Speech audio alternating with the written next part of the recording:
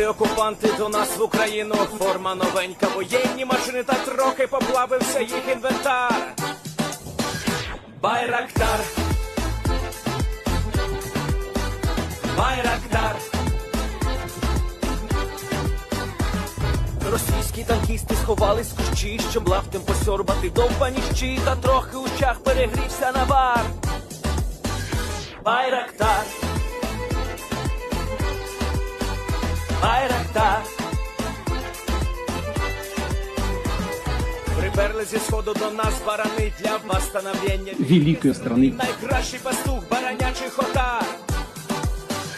Байрактар, Байрактар. Їх доводи всяке озброєння різне, потужні ракети, машини залізні, у нас на всі доводи є коментар. Байрактар, Байрактар. Вони захопити хотіли нас зразу, а ми зачаїли на орків образу з російських бандитів, робить примар. Байрактар, Байрактар. Російська поліція справи заводить, там вбивцю рашистів ніяк не знаходить, хто винен, що в нашому полі глухар. Байрактар, Байрактар. Веде пропаганду кремлівський урод, слова пропаганди ковтає народ, тепер нове слово знає цар. Байрактар. Байрактар. Байрактар. Байрактар. Байрактар.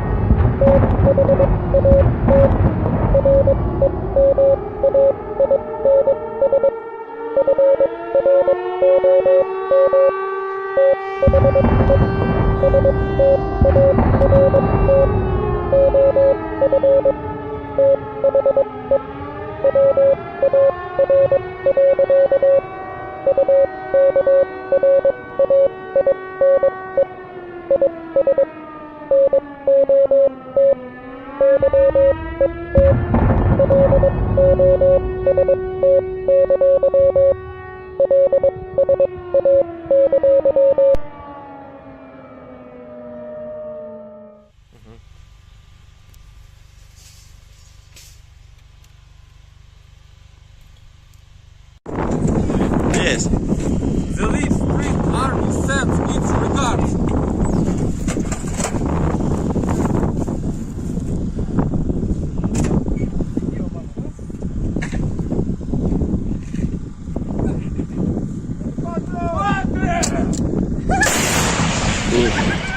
Русский военный корабль. Предлагаю сложить оружие и сдаться. Русский военный корабль, иди нахуй.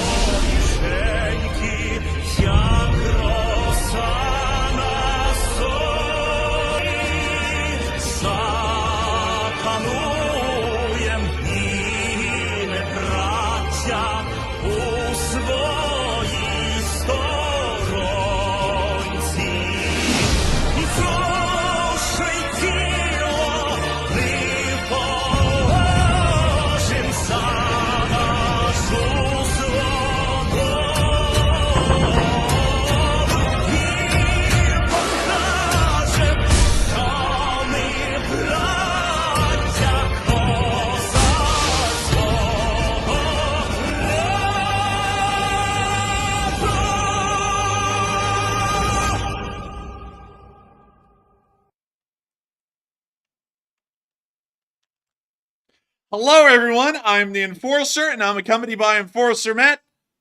And good evening, folks. It's Enforcer Matt, and welcome back to day 809 of the news. And it's good to see you all once again. And Prigozhin is rolling in his grave. Shoigu, he's gone. And it's good to see you all once again. And let's get it, baby! The Minister of Defense, Sergei Shoigu, has been removed as Minister of Defense as of May 12th of 2024. This is momentous news and is the largest purge of the Russian government that we have seen in the entirety of the war. In fact, in the entirety of the Russian Federation's modern history.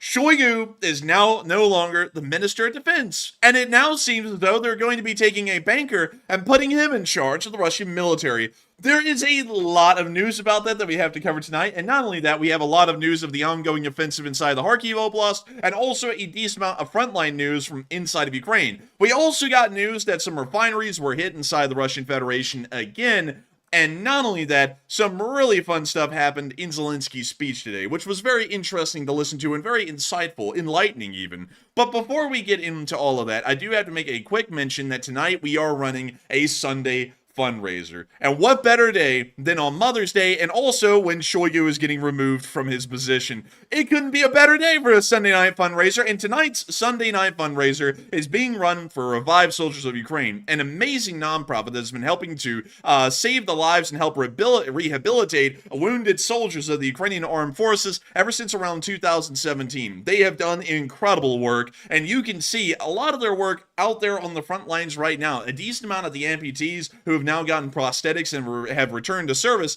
a decent amount of them have ended up being helped by Revive Soldiers of Ukraine, and so the support that you give will be helping a Ukrainian soldier to walk again, maybe even talk, or even use their arms again, or anything along those lines. And also many other things as well that I'm not even touching on right there that YouTube might not be too happy about, but they help out in massive ways, and every bit of support that we send helps out Revive Soldiers of Ukraine in their efforts a little bit more, every single dollar that is put into this fundraiser. But moving on from that, and out of that shout out for probably one of the best nonprofits that we've ever run, it's now time for us to move on into Moscow. Because everyone knows that the big news happened today. The big man, the second most powerful person in the Russian Federation behind Vladimir Putin himself, was removed from their position. And I gotta say that there is nothing sweeter than going to the Wikipedia page about Sergei Shoigu and seeing that now it doesn't say that he's the Minister of Defense from the 6th of November in 2012 up to present. It now says that his last day is today, the 12th of May of 2024. What an Wikipedia sure is quick on that. Like, I checked it earlier today and it wasn't changed. They've changed it apparently in the last couple of hours. They did, and I like to see that kind of a speed, kind of a rapidity. It looks like people are really looking forward to, making sure that things are updated, so that way people may know. Also, I like to see that in his major footnotes up here, it says that a feud between Shoigu and Yevgeny Prigozhin led to a mutiny by the Wagner Group in June of 2023. I like to see that they put that in as one of his most important life achievements, and also his removal right here from his position that's also on his footnotes at the top of the page. I like to see that they're prioritizing what goes up here. But beyond that, as of today, getting on into the actual news that we got from Moscow, according to OSINT Technical and according to every single news source around the world, the Russian Defense Minister, Sergei Shoigu, has been fired. And he has left the Ministry of Defense after almost nearly 12 years of service as the Minister of Defense of the Russian Federation. Nearly 12 years. It says 11 here, but in reality it's more like 11 years and about 7 months.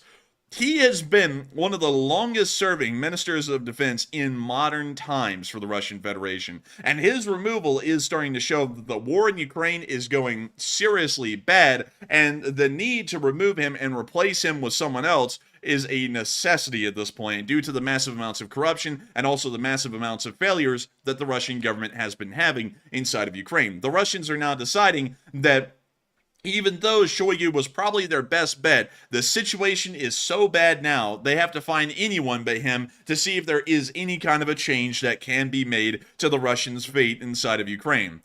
it is unbelievable to see that this happened, because many people have been talking about, and even us on this channel were saying that Shoigu is probably an untouchable figure inside the Russian Federation, and Putin wouldn't want him to be removed because he's really one of the last people in the Russian government that may be loyal to Putin and has a large amount of power. This is something that is, I can't even put it into words how crazy it is. And the reasoning that was put out today for his removal was that Putin has decided that the Russian Ministry of Defense should be headed by a civilian. The department should be open to innovation and advanced ideas. Now that is that makes a lot of sense. Let's put a non-military man in charge of the military brigade. That should go very well. A banker of all things. Now, really quickly, I want to quickly go back to his early life and education, and show y'all something here. He was, let's see here. He was a secretary of the Tuvan Regional Committee of the Communist Party and became a major figure in the communist power structure of Tanatuva, which is a small area in the middle of Russia. He then went and got a degree in 1977 in civil engineering. So this man was certainly military raised from the ground up. Certainly no civilian aspect to this guy at all. He was not military. He was literally not military at all. So it's a little weird for the Russians to say we were opening this up to a civilian, because it's like, well, this guy was a civilian. But also, then he moved on into the Minister of Emergency Situations, and then after that, he became the governor of the Moscow Oblast, and then was immediately moved just a few months after that into being the Minister of Defense. So in reality, he kind of is a civilian. There's the Minister of Emergency Situations is kind of like FEMA in the Russian form. So it's a little interesting to see that they're saying that it needs to be open to civilians and open to innovation and advanced ideas, because technically Shoigu was a civilian. Really, everyone's a civilian, and it's a little weird to see that they're trying to make it sound like they're trying to come up with innovation and ideas, also considering that the Russian propaganda narrative so far has been that the war in Ukraine is going great. And in fact, we've already seen some Russian bots come into the live chat during the first 10 minutes and go, sure, Shoigu removed, more like he actually got a promotion today, but we can't make it sound good for the Russians, right? Like, we've actually seen bots already come in here on the stream with how little it's run at the moment and say stuff like that. The Russians are actually trying to make it sound like Shoigu got promoted to God Emperor of the Russian Empire or something like that. Like there's anything above Minister of Defense. Minister of Defense is literally second below the President of the Russian Federation as far as the military is concerned, meaning that he's the second most powerful person in Russia. But another interesting thing is that we heard that Gerasimov, as many know, will actually continue to hold his position. So it looks like while Yevgeny Prigozhin was able to get one of his dreams accomplished today from the grave of getting Shoigu gone, Gerasimov will still be there. Shoigu! Gerasimov! But beyond that, it is beautiful. Beautiful to know that Shoigu has been removed, because Gerasimov is really the last original holdout left. Everyone else has been removed or replaced at this point inside the Russian top brass. And it looks like Gerasimov is the final holdover from the very beginning of the war in Ukraine. No one else, not even the invincible Sergei Shoigu, has been able to survive the purges that have come because of the failures in Ukraine. But a lot of people have been talking about why in the world Shoigu was removed, because the news was a bombshell. No one saw it coming. It was very quickly announced and really unceremonious in his removal. And a lot of people have been wondering why he was replaced. Some people, a decent amount of people, believe that he may have been the scapegoat for Russian failures. Some people say that he was ineffective to the Russians and they just decided to remove him. Some people say that he was even planning to overthrow Putin. But there's been a lot of different things that people have been saying today about this major shuffling of the Russian government, or really major removal or purge in the Russian government. And a lot of people have been throwing in their 2 bits about what they think it means. But Matthew, what are people thinking about this, and what are you thinking about the removal of the Minister of Defense, Sergei Shoigu? So it looks like about 62% of the audience said that Shoigu is simply a scapegoat for Russian failures, while 24% said he was simply ineffective to Russia, and 8% said he was planning on overthrowing Putin. And I will say, though, the fact that Shoigu has walked away from this entire situation alive indicates that Shoigu is cooperating in some capacity with either resigning or sort of getting put into this new position, which basically sidelines Shoigu and gets him away from military command. So, that's one thing. But the other thing is, when we saw that guy that was underneath Shoigu's command get investigated for corruption, which seemed to be sending a signal to Shoigu that his time was limited, I think that was basically nudging Shoigu to take this new position and get out of the way. And it looks like Shoigu has gotten the message and he actually went through with it. But only time will tell if Shoigu is going to actually survive this or not, because I have a suspicion that Shoigu could be in some danger, even though he's sort of out of the military way at this point. So we'll have to see. But I think at this point, honestly, he's honestly a scapegoat for Russian failure, and Putin sort of brushed him out of the way. But Enforcer, what say you? I would have to say that he is probably going to be used as a scapegoat for Russian failure. No one gets removed in the Russian government. To make that quite clear, if you are in the Russian circle and you have not embarrassed the Russian government, or you are not going against the grain and stealing from your higher-ups deliberately and to their detriment, you never get removed from your position inside of the Russian Federation. You either stay where you are or you move up the ladder. So the removal of Shoigu is showing me that apparently his reputation is going to start being publicly tarnished here really soon. They're probably going to end up making him the blame for why the Ukraine war has lasted so long, and blame all of this on the incompetent leadership of Shoigu. That will also divert the attention away from Putin, who of course did order the beginning of the war and actually caused the war in Ukraine to happen as it is from 2022 up until the present day. But of course, Putin can't be the one to take the blame. He's got to be the one to stay there forever. So they're going to go and get Shoigu instead and remove him from his position, and then start blaming probably the entire war and all of its failures on Shoigu, and then move in a new person to take his place, which they already have gotten a new person. I believe that we actually have that on our Twitter. So a huge shout out to our Twitter, by the way. If you do not follow our Twitter, go down to the link in the description below and check it out, because we put out a lot of information here, and I believe, based off the information that we have, apparently Andrei Belousov is going to be the new Minister of Defense. And let me make sure to pull up this guy's Wikipedia, so that way we can I've heard this guy, this Belousov fella. I've heard that he's a crypto bro or something like that. Like he's in crypto banking or something. So that's even worse if that's true. That's really questionable. That is incredibly questionable, Matthew. But let's see here. We're going to put in his name, and let's see here. We are getting a lot of people.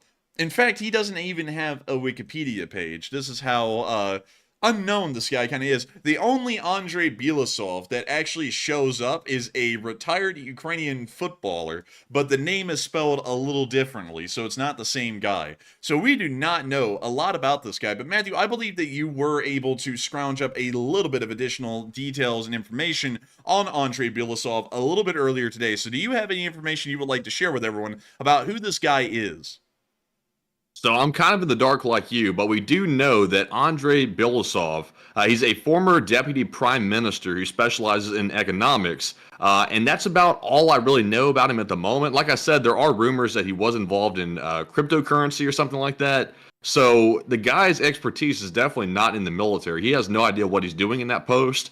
So he sounds like he's going to be starting off pretty rough and pretty fresh, like pretty much ignorant to what's going on. So I assume they've put this guy there with no experience, so that way Putin can directly control the military without any interference from someone like Shoigu. But we'll have to wait and see. But the guy does not have a very long rap sheet really about who he actually is. Yeah, and the guy is practically unknown. I mean, like Matthew said, we have some very minimal details about the guy, but one thing is very clear: this guy has absolutely no military experience whatsoever, and that may be a detriment to this guy taking leadership, because, for example, this was something that did happen fairly recently in Ukraine with the removal of the chief of the armed forces, Valery Zelenskyy, but he was then immediately replaced by another general in the form of Alexander Sersky. The removal of Shoigu from the position would be like removing Zelenskyy and then just taking some random member of the Ukrainian Verkhovna Rada and then just throwing them into the position of chief of the armed forces. It does not make a lot of sense, and also this person is completely ill-experienced for the actual role and position that they'll be taking. And I'm not really one to believe that you have to have a lot of military experience to speak on military things. This is a YouTube channel pretty much covering war analysis and wars around the world, but at the same time, Matthew nor me have really no practical military experience. So I'm not really of the mindset that you always have to have a lot of military experience to speak or do anything pertaining to the military. But at the same time, when we're talking about higher level officers, such as general rank or really general staff officers, it is insane to say that these people should have no military experience and should be moved into position without really being in the military. That is insane. It's just nuts. I mean, it is absolutely bonkers,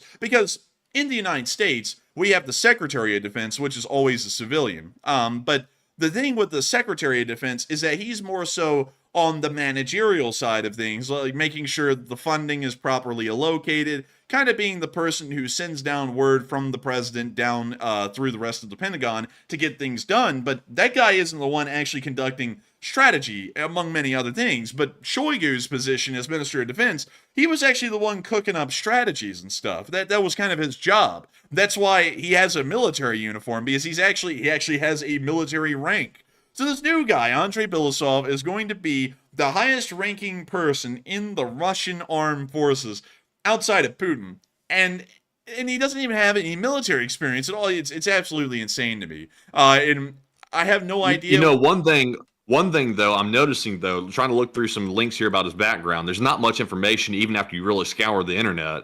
It appears that this guy, being involved in economics, might have had some money to his name. So I'm not sure exactly what his net worth is, but I see that Putin made a comment that they need an economist in charge of the military to basically figure out how to allocate the money properly, because apparently, like Russia has always been having, they're having some economic problems trying to fund the war effort. So maybe this guy might have some access to money that he can get or something like that, or some way to help fund things. I'm not really sure. Or maybe he's done favors for Putin in the past, and Putin simply returning the favor by putting him in charge, which this guy's obviously going to be a yes man. The fact he knows nothing about military strategy whatsoever, I don't see the Russian strategy changing, because Shoigu was ignorant to military strategy, and his strategy was throw as many people as you can at the front line and hope for the best. And I don't think this guy's going to have a different strategy, in my opinion. It may have been. This is also another possibility. This also coincides at the exact same time that the Kharkiv offensive is beginning a second time for the Russian Federation. We still don't really have a good metric of how big this thing is really going to be at the moment. It still appears to be a smaller diversionary incursion at best. But it could be that move right there was such a risky one in the Russian mindset that he got removed for that, because they thought that was poor planning, or maybe even stupid to conduct something like that. So there's a lot of reasons why he may have been removed. I would have really no idea, but the fact that he was removed, one thing that we can get out of that is that things are going very badly for the Russians in the Ukraine war right now, because we have to remember that if there was any time to remove Shoigu, he could have been removed at any point over the past 12 years. He has been serving as the Minister of Defense from 2012 up until the present day. 12 years later. There have been many things that have happened in between 2012 and now that could have led to his removal as Minister of Defense. A lot of stuff. And he didn't like there was nothing that got him removed during that entire time. And now, as the war in Ukraine is going on, he gets removed. And also, I can see some let's see here. Look at this. Someone said, here's another bot, man. Shoigu got promotion. He did not get promotion. He was the second highest person in the Russian armed forces.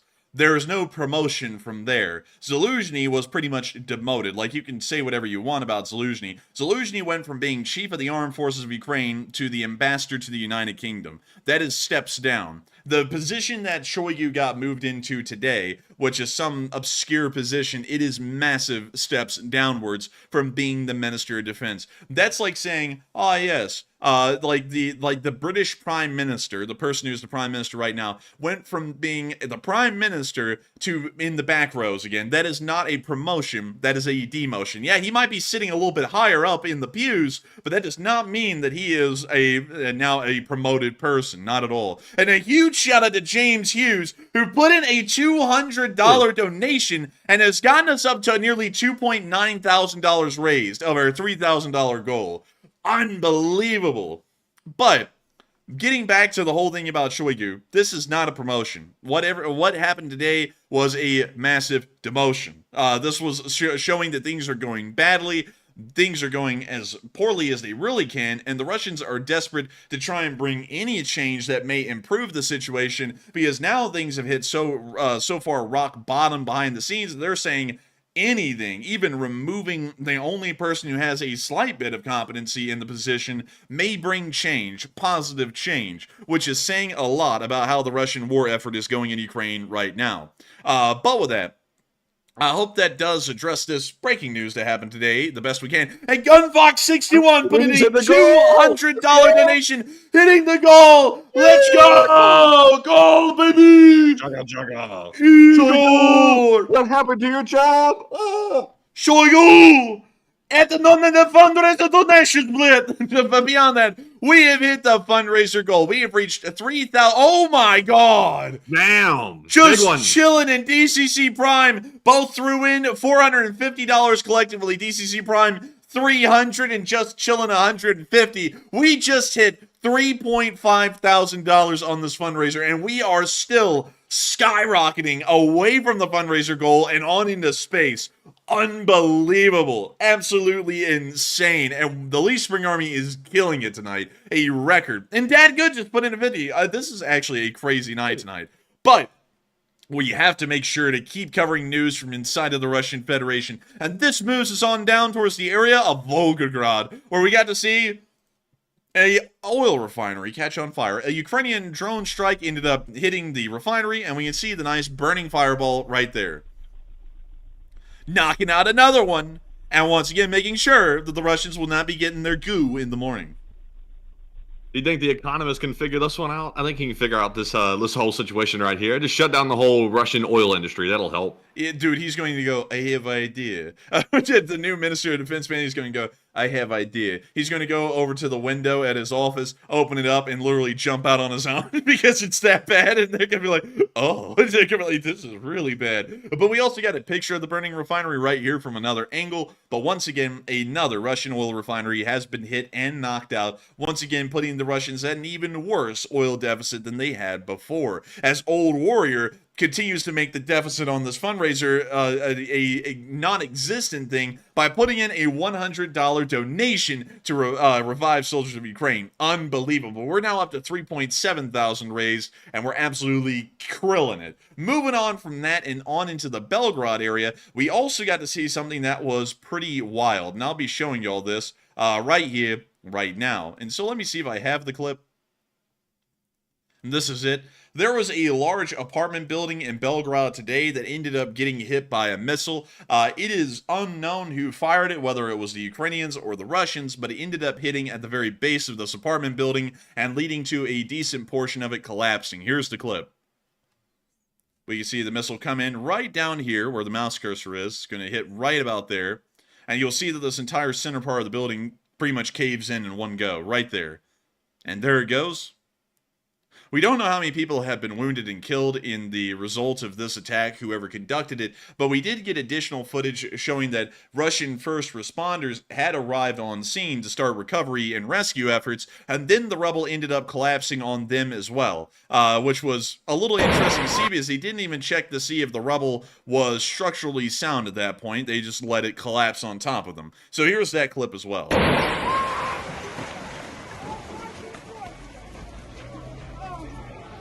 Твою мать! Засек мне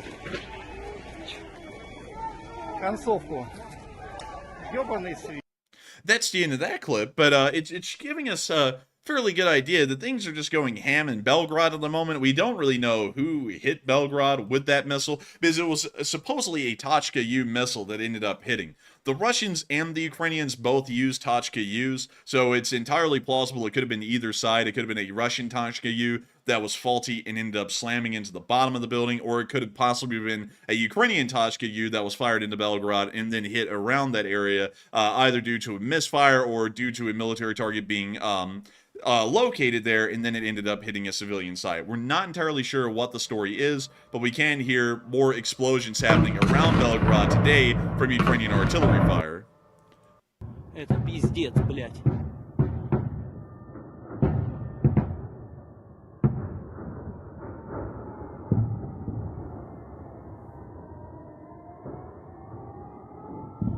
Ебануться нахуй.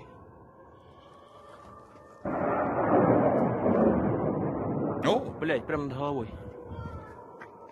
well, Patrick Now they got Starr? some- Dude, that guy went, listen. Блядь, прямо над головой. That was Patrick Starr, dude. I'm not. Dude, that guy went, where's the leak, ma'am? Блядь, прямо над головой. Oh my god. Это And then moving on into our last clip, we can also see one of the Ukrainian artillery shells or rockets ending up impacting the middle of this park. Let us know in the chat who y'all actually think hit the building in Belgorod with the Tachka missile. Was it the Ukrainians or was it the Russians? Because on our end, as far as evidence goes, it actually could be either one. And I know a lot of people are going to be like, what do you mean it could be either one? It really could be either one. Both of them use, both sides use Tachka-Us in limited numbers. And also, the missile's direction was kind of ambiguous. I believe it came in from the western direction of the city, meaning that it could have been fired either by a Ukrainian missile battery or it could have been fired by a Russian missile battery trying to support the forces inside of Kharkiv, and then the missile ended up having a motor failure and crashing into the city or deliberately hit the city, either one. So at the moment, it could be either side. It's a toss-up at the moment. But let us know in the chat what y'all are thinking it was and who did that. But moving on from the Belgorod news of the explosions and damage that has been caused to the city today, both by Ukrainian shelling and possible Russian attack as well, we have also seen that down in the Shebekino area, the Ukrainians used an FPV drone in broad daylight near a gas station to blow up an armored vehicle. This clip was hilarious because they watched the drone from beginning to end. There it is right there. And the Russians are like, oh, bled, it's a Ukrainian drone. This is 13 kilometers away from the border, by the way.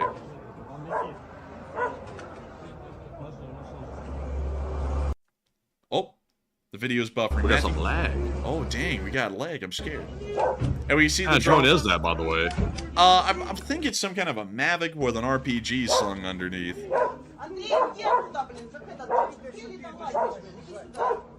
looked like one of those high-speed drones a little bit. It could possibly be one, and it looks like it's moving kind of quickly when we saw it right there.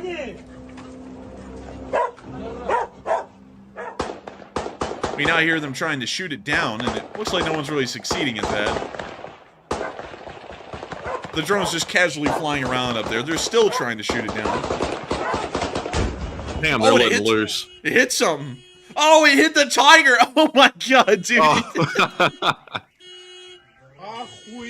At least the Scooby-Doo van is safe. That's a miracle. Like, Zoink Scoop, we almost got roasted. Raggy the NPC. Hueplot. Oh, Belgorod. They wasted so much ammo and no success. Oh my gosh, dude, that tiger caught on fire fast. Like, the whole roof is burning down now. Oh, wow. They're Wait, going into a panic. What was that? What did he yell? He yelled something about a grenade, so apparently there's some other explosive sitting out somewhere around here. So they're running away from the tiger, which is now starting to turn into an inferno. Oh, there must have been grenades in the tiger or something. Maybe. Open it! Dude, everyone started running. They were like, oh, damn. Man, that was a fearmonger. I don't see anything going off. Yeah, I don't see anything blowing up either. I think the guy was clickbaiting. А в машине дохуя, да, что было, пацаны?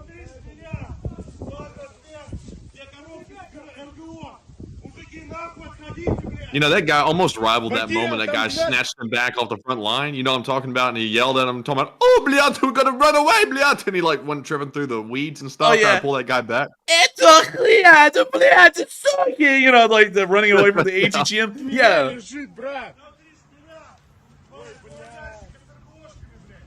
Dang, dude. That thing is burning down. I mean, like, I have never seen an MRAP burn that quick. But also, let's go back to the part where the guy freaked out and yelled, "Eto na granati!"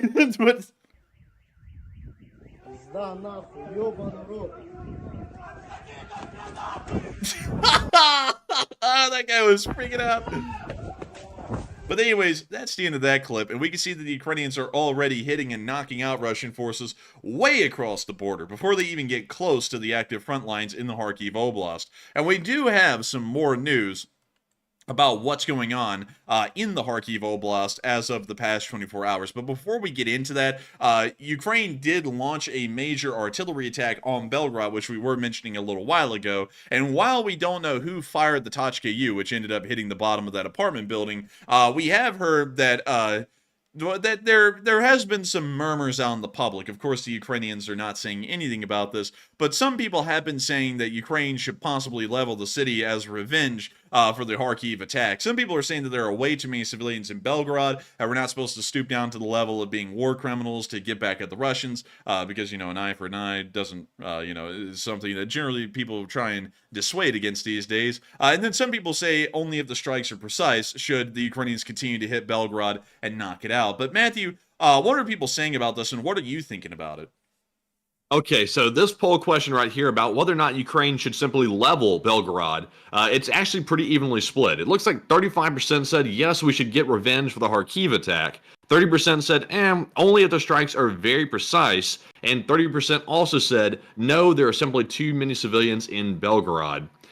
And on this one, I must admit, it's a little bit tricky because Belgorod is full of civilians. There are some military there, but it's mainly civilians. And it's hard to really distinguish where the civilians are versus the military.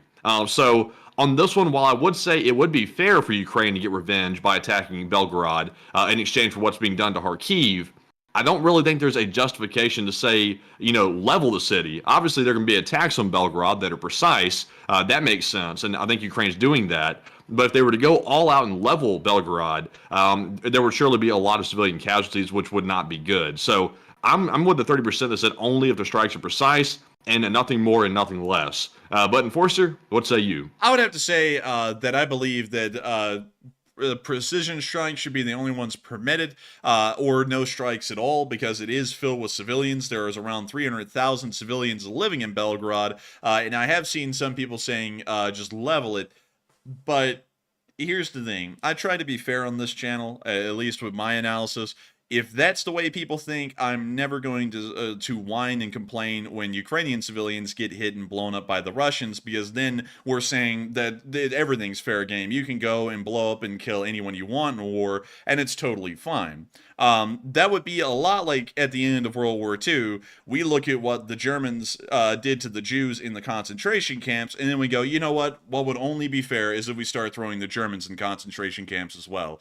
That would be pretty messed up. I think everyone would agree with that. And also, a lot of people would say, and I know that a lot of people are going to say this, oh, the American internment of Japanese Americans in World War II was a terrible thing and should have never been done, even if the Japanese were brutal people to U.S. forces in World War II and natives living in China and around the rest of the world. We should have never done that to the Japanese living in America in World War II. And that is, I can't say that's wrong, but I'm saying it exactly the way some people would say that here. And then on the flip side, people say, yeah, let's just level a city at 300,000 people to the ground and kill as many of them as we can. The difference in between the Western world and the Russians is that we are supposed to have moral reservations about doing heinous acts and crimes, like wiping out a city of 300,000 civilians through conventional arms or nuclear weapons, or any weapons for that matter. And I generally would have to be someone who would say, I'm not a big fan of killing civilians. Yes, the Russians target and kill civilians in Ukraine. And it's absolutely irreprehensible, and I believe that the people, the commanders of these units who are conducting these attacks, should be found, if possible, and held accountable at The Hague for their crimes against humanity. But that does not mean during that time that we start to sponsor and support atrocities being committed by our side against them. Because then, what moral high ground do we have to stand on to start saying that these people are war criminals? That's what I'm saying. It's a lot like how the law in the United States says someone may be able to murder one of your family members, but that doesn't mean that you get to go out and then murder that person in return. That means that that person committed murder, and then you also just committed murder on them. There's supposed to be a course of due process that's followed for someone who commits a crime instead of vigilante justice just being given out or some kind of swift, I guess you could say, unjust act being done. And I would have to say that the killing of civilians is always going to be an unjust act. It's never going to be right. I don't think it ever will be, and I would generally dissuade the Ukrainians from trying to level the city of Belgorod because Ukrainian civilians have died in the war. That is a very questionable kind of footing to be on because, that's not a great thing. That's the best way I can put it. And I'm not a hypocrite because I'm not going to sit there and go, oh, yeah, because if everyone started going on that mindset and the Ukrainians started doing that and started to attack civilians inside of major Russian cities like Belgorod and Kursk, I'm no longer going to be on this channel and saying things like, when the Russians kill Ukrainian civilians, normal people, children, I'm not going to say, oh, this is terrible and an absolutely heinous crime. I'm just going to go, whatever. Because if we're going to support that against the Russians, what is so different on either side? They're all innocent civilians that would be getting targeted and killed. So if we're doing it to them, why in the world do we have a footing to then complain about civilians on the Western side, the pro-Ukrainian side, getting killed? That's what I would say. And I see some people saying, let's see here, it's war. But the thing with war is that there are rules to war in the modern day. It's not total war like it used to exist in World War I and World War II, where you could do really whatever you wanted. This is modern war. We try to lay out rules to protect civilian populations as best as we possibly can from being killed or targeted by militaries in the carrying out of a war. Of course, the Russians have violated that a lot throughout the course of the war in Ukraine, and many tens of thousands, if not hundreds of thousands of Ukrainian civilians have ended up dying at the hands of the Russian military. But at the same time, that does not mean that the Ukrainians then get the justification they need to start conducting attacks and really, like we're saying the Russians are doing on Ukraine, conducting a genocide. The Ukrainians do not get an excuse to conduct a genocide of their own against the Russians. That will be largely my opinion. That's not really going to change for me. I'd die on that hill because I don't believe that the Western world is even worth supporting or fighting for if we don't maintain our morals and values while we're carrying out these wars that we're saying are incredibly just. If they're as just as we say they are, and we're on such a morally superior ground as we claim, then we shouldn't even be entertaining ideas of stooping down to the level that the Russians are at, and then conducting reprisals and genocides against their people like they do ours. That would be pretty messed up. So with that. Also, I saw Mark Hooper say in the live chat, so what's different with Gaza, since we're talking the same thing about Belgorod with Ukraine attacking that? In my opinion, there's nothing different. And that's why I've always sort of emphasized in the background that even though Israel should get rid of Hamas, they have to be careful going in guns blazing to places like Gaza to try to get rid of the terrorists, because you can't go in and just wipe the whole place out to get rid of the infection. Otherwise, that's like killing the patient to get rid of cancer. That's not going to work. And I think some people get carried away, and I understand why, because Ukraine is a little bit, in a tough spot right now. They're trying to defend their country, and they're just getting more aid. So Ukraine's somewhat of in a tough spot, and also Israel's in a tough spot as well, because they're trying to get rid of the terrorists that keep continuously bombing their territory. So both countries are getting a little bit desperate, but we can't get to the point where we're so desperate that we throw all of our morals and values to the wind, because then what are we even fighting for at that point? But unfortunately, do you have anything to weigh in? Yes, the things that Israel has done in the Gaza Strip, we don't really talk about it a great deal on this channel, because one thing I found after doing this for 809 days is that a lot of people are kind of two-dimensional in their thinking. You either have to be in complete support of something and then excuse everything that's been done wrong, or you have to be in complete condemnation of it and even condemn things that the other side has done right.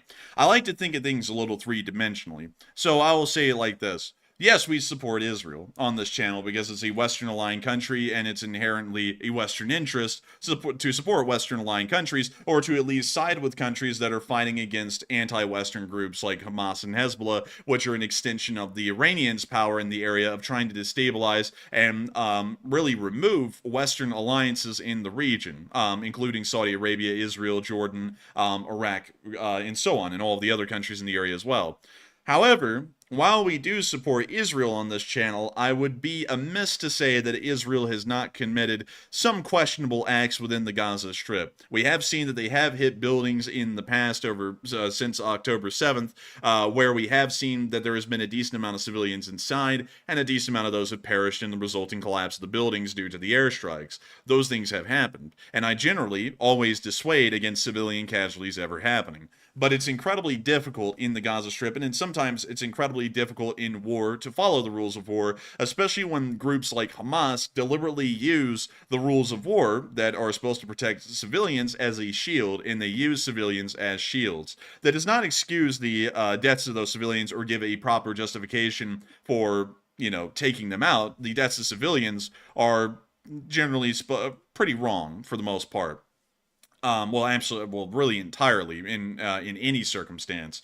But at the same time, it's a kind of a reality of what's going on in the Strip. So going off of that, it's something that I dissuade against. I'm not a big fan of, and that's really all I can say. And also, I see some people saying bullshit about the deaths of Gazans in the Gaza Strip.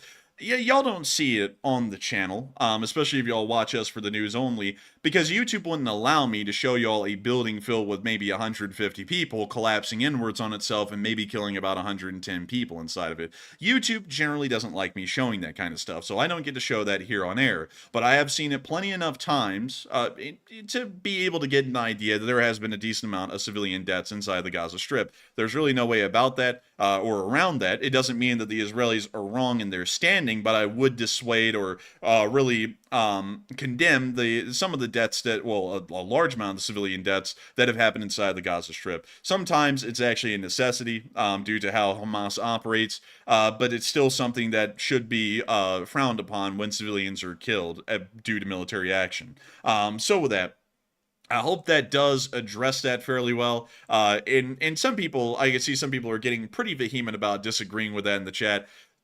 You can fight me all day on that. I'm largely going to have to die on my hill. I'm not really a big fan of civilians dying under any circumstances, and I'm certainly not a big fan of any Western aligned countries ending up killing any number of civilians, because we're supposed to be trying to avoid that as best we can. That's why the Western world is supposed to be superior to that of the Russian world or that of the Chinese sphere, is because we're supposed to value human lives, and especially civilian lives, far more than any other faction or any other sphere in the world currently would. And if we remove that as one of the major, I guess you could say, attributes of the West, then what makes us really any different than the Russians or the Chinese on our mindset? But with that, the only time that would ever make sense to really get down in the gutter with the enemy, because I do believe there is a time that might eventually come where you sort of have to get in the gutter and go ham like the Russians are doing. And that's only at the point where you're on the brink of collapse. Like you're like an inch away from your entire society or your entire country collapsing because you're about to be overrun by the enemy. That's the only time where it might be an exception, in my opinion, because you can't always fight from the moral high ground when you're like on your last leg. It simply won't work. But even at that, don't take that as a justification for war crimes, because it's not. But if it comes down to your country going away, or you're, potentially putting some morals aside for a minute, I think pretty much everybody's going to go with, we're going to have to do what we got to do.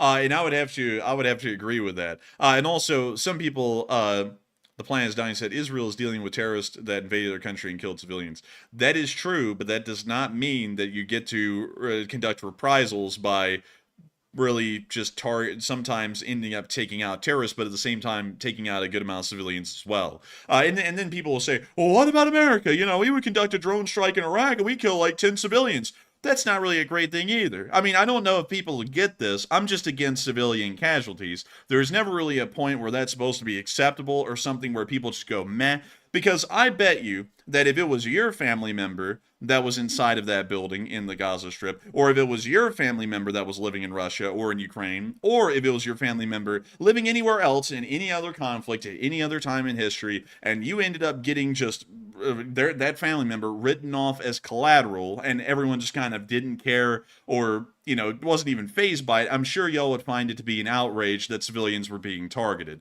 That's why I'm against it, because if you put yourself in those shoes, it's not a great place to be. And a lot of people are very crass about that. And I'm seeing a little bit, not a lot of it, but I am seeing a couple of people in the live chat who seem to be very crass about that. I'm sure your idea of just wiping out civilians wouldn't be that vehement if you were the civilian that was about to get wiped out. So that's why I'm largely a big fan of the rules of war, because I like to empathize and put myself in the shoes of the people who will get blown up, and then go, maybe that's not a great thing to blow up civilians, just because it's just not. So with that, into our next bits of news, which are actually into the area of the Kharkiv border. And let me see if I can get the map to refresh here. Hopefully we can. I hope it does, because it looks like it had a little bit of an issue. There we go. Wait a minute. There we go. We're going through just a little bit of lag, just about 15 seconds of lag or so, where we're back. It's that dang solar flare, I'm telling you. But moving on from that, and back down into the Kharkiv border area, we have been able to see that a Tiger armored car was knocked out, as the one from earlier, and we can see that it was toasted thoroughly by the time it got done burning. Moving on from that, and down into the area of Ukraine, we were able to see that the Russians have made limited advances over the past 24 hours. It appears that they have been able to... Well, hang on, let me see here. Okay, so this is the 11th, this is the 12th. We have seen that the Russian forces have moved forward about a half kilometer in the area around Plina. It appears that they've taken over the minuscule villages of Morokovets, Olenkove, and also Lukyantsy. And it seems as though Ukrainian forces are trying to move into the area and stop these advances as a whole, contain them, and then push them out. But at the moment, they are advancing in this area. Meanwhile, we've seen that no man's land near Vovchansk has changed a minimal amount. But beyond that, we haven't seen anything else that is incredibly major, at least at the moment, in this area of this offensive near Vovchansk. We have gotten a decent bit of clips, and we did see near Plina that some Russian forces ended up getting hit and knocked out by a drone. And here's the clip.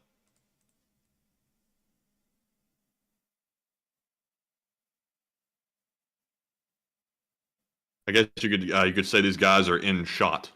Oh yeah, they're about to be obliterated in shot in a second. And there goes the drone right there, right on top of them. And that was the end for those guys. They're going to be taking a nice long nap. And there they go. They're now running for the hills. Or one of them's kind of scooting around for the hills. And that's the end of the clip right there. But very nice to see that the Ukrainians were able to knock out a group of Russians in that area today. Meanwhile, we got a lot more information out of the Vovchansk front over the past 24 hours. We have been able to see that Russian forces have been confirmed to be in the village of Hatishe. We were able to see that they were standing in front of the village sign right here, which says Gatishe, or it's Hadnishe, whichever way you want to say it. It's the same village name, and they are in this area. That is about a half-mile away from the very outskirt of Vovchansk, but city authorities in Vovchansk have confirmed that Russian forces have not moved into the city at this point. Moving on from that, we were able to hear that Ukrainian reinforcements are arriving in the area, and we were able to get some pictures. We were able to see that they're bringing in artillery in the form of a 2S1 Gatsivka, a Stritz, I believe it's a Stridsforden 9040, which is the Swedish infantry fighting vehicle. We were also able to see a BTR-80, and we were also able to see another STRF 9040. So it appears that they're probably moving in some of the reserve forces that were in the very northeastern area of the front line, because those were the quickest to move into the area, most likely literally rocketing straight from Drovchina down the highway and up into Vovchansk.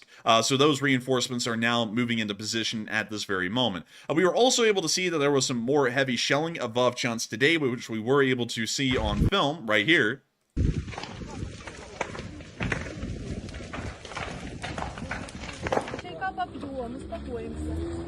And we see Ukrainian first responders trying to deal with the damage that has been caused.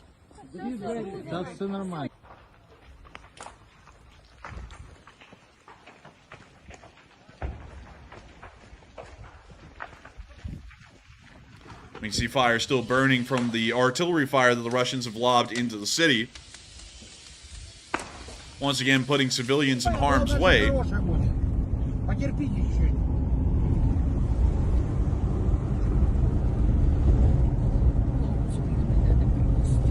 We can see them taking away some people out of the city of Vovchansk. We can also see some of the smoke rising from Vovchansk off in the distance right there.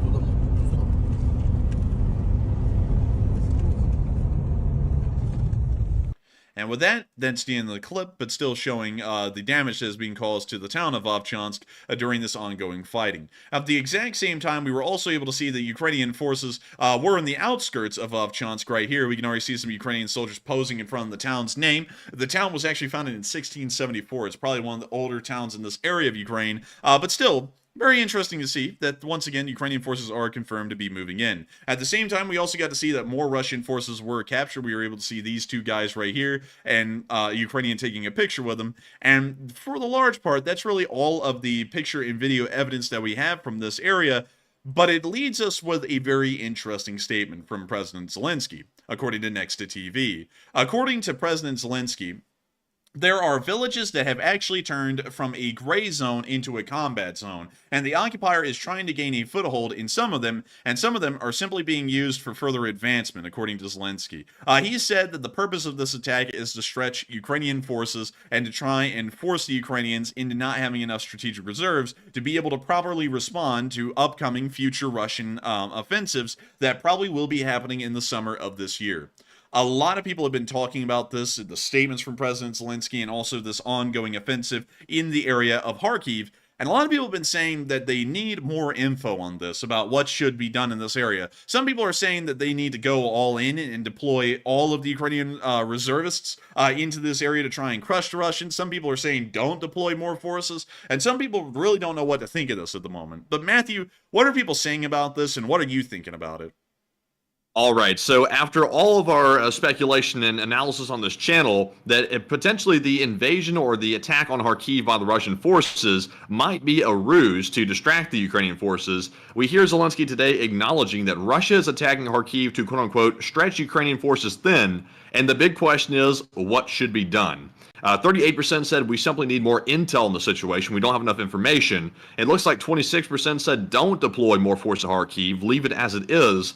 And 21% said go all in on Kharkiv and deploy more men.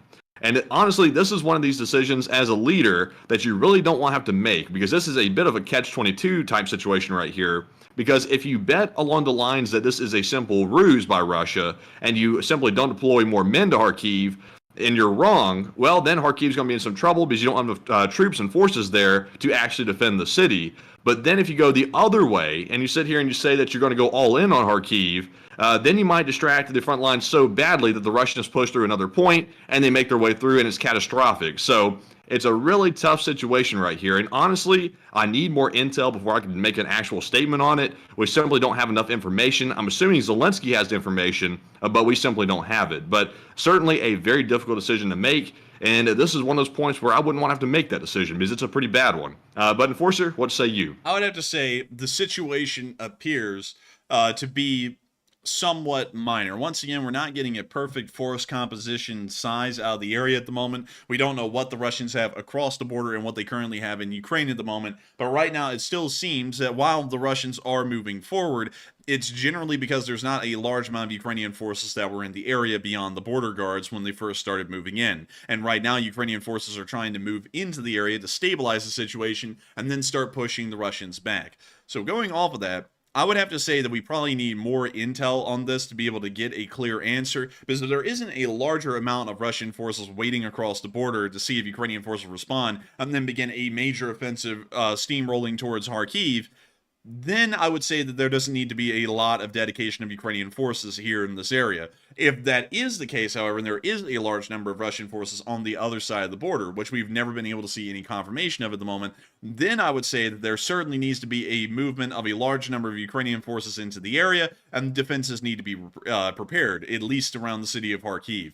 Kharkiv is the second largest city with a population of nearly 1.6 million people. So considering that it is that large and that important just due to population size, it is a top priority for Ukraine to be able to defend. Otherwise, if they lose Kharkiv, they have lost about 1.6 million Ukrainians that would now be living either in Russian occupation or most likely be fleeing the country as refugees. But with that, I hope that does address that fairly well and also address this frontline situation as it's evolving up here the best we can. And with that, it is time for us to move on over and on into our location unknowns. But before we get into these, I do want to make sure that we give a moment to recognize all of the top donors who have massively helped out this fundraiser tonight to get up to an unbelievable $4,075 in just a matter of an hour, which is unbelievable. Now, I want to make sure that we can give a shout out to the folks who put in massive amounts of donations. But I also want to make sure to keep in mind that while we can only call off the top donors due to how many of y'all have supported the fundraiser, I want to thank everyone that we will not be able to call off as well, because each and every one of y'all had a major impact on this fundraiser. And while there are countless numerous numbers of y'all who supported less than $50, y'all are making up about half of what this fundraiser raised, and we thank y'all greatly for being a part of this fundraiser and helping out in any way that y'all can and helping to save the lives of soldiers in Ukraine. And so, Matthew, give us a list of those top donors. All right, so we've got a very extensive list. It's filling up a lot of the spreadsheet here. So let's get started with our first one, which is the biggest donation of the night. And this one was from Hal Rose, who threw in a $333 donation. And then we also had a $300 from DCC Prime 1 and a $200 from Snow White and James Hughes, and also Gunfox61. Massive donations. And also, real quick while I see it, huge shout out to Gene Kustra, who put in a 50 Canadian. Huge shout out to Gene for that generosity as well. And then we had a $150 from Just Chillin' and a $100 donation from Say What and some guy called The Enforcer. And then we had a $100 from Jay Byrne, Andy L, Old Warrior, Jose Garcia. And then we had several $50 donations. The first one was from Ted Mitchell. Then we had one from Sergeant Carnage, Gravy, Non-Gravy. Oh, we do love some gravy. And he said we also got a 50 from Joseph Noel or Noel, and as well as a 50 from Panama Floyd, Axel K, Plant Lady, Mike Smith, Dad Good, Char G, Gunfox61 once again, and also a 50 from Matt Cheer. And like the Enforcer said, even if we were not able to call your name off, huge shout out to everyone that donated tonight. Another successful fundraiser in the books. Now we're currently up to $4,116. Tremendous to see, and a big ol' and Enforcer, what say you? And I gotta say a huge thanks to every single person who has supported this fundraiser massively and in smaller amounts tonight,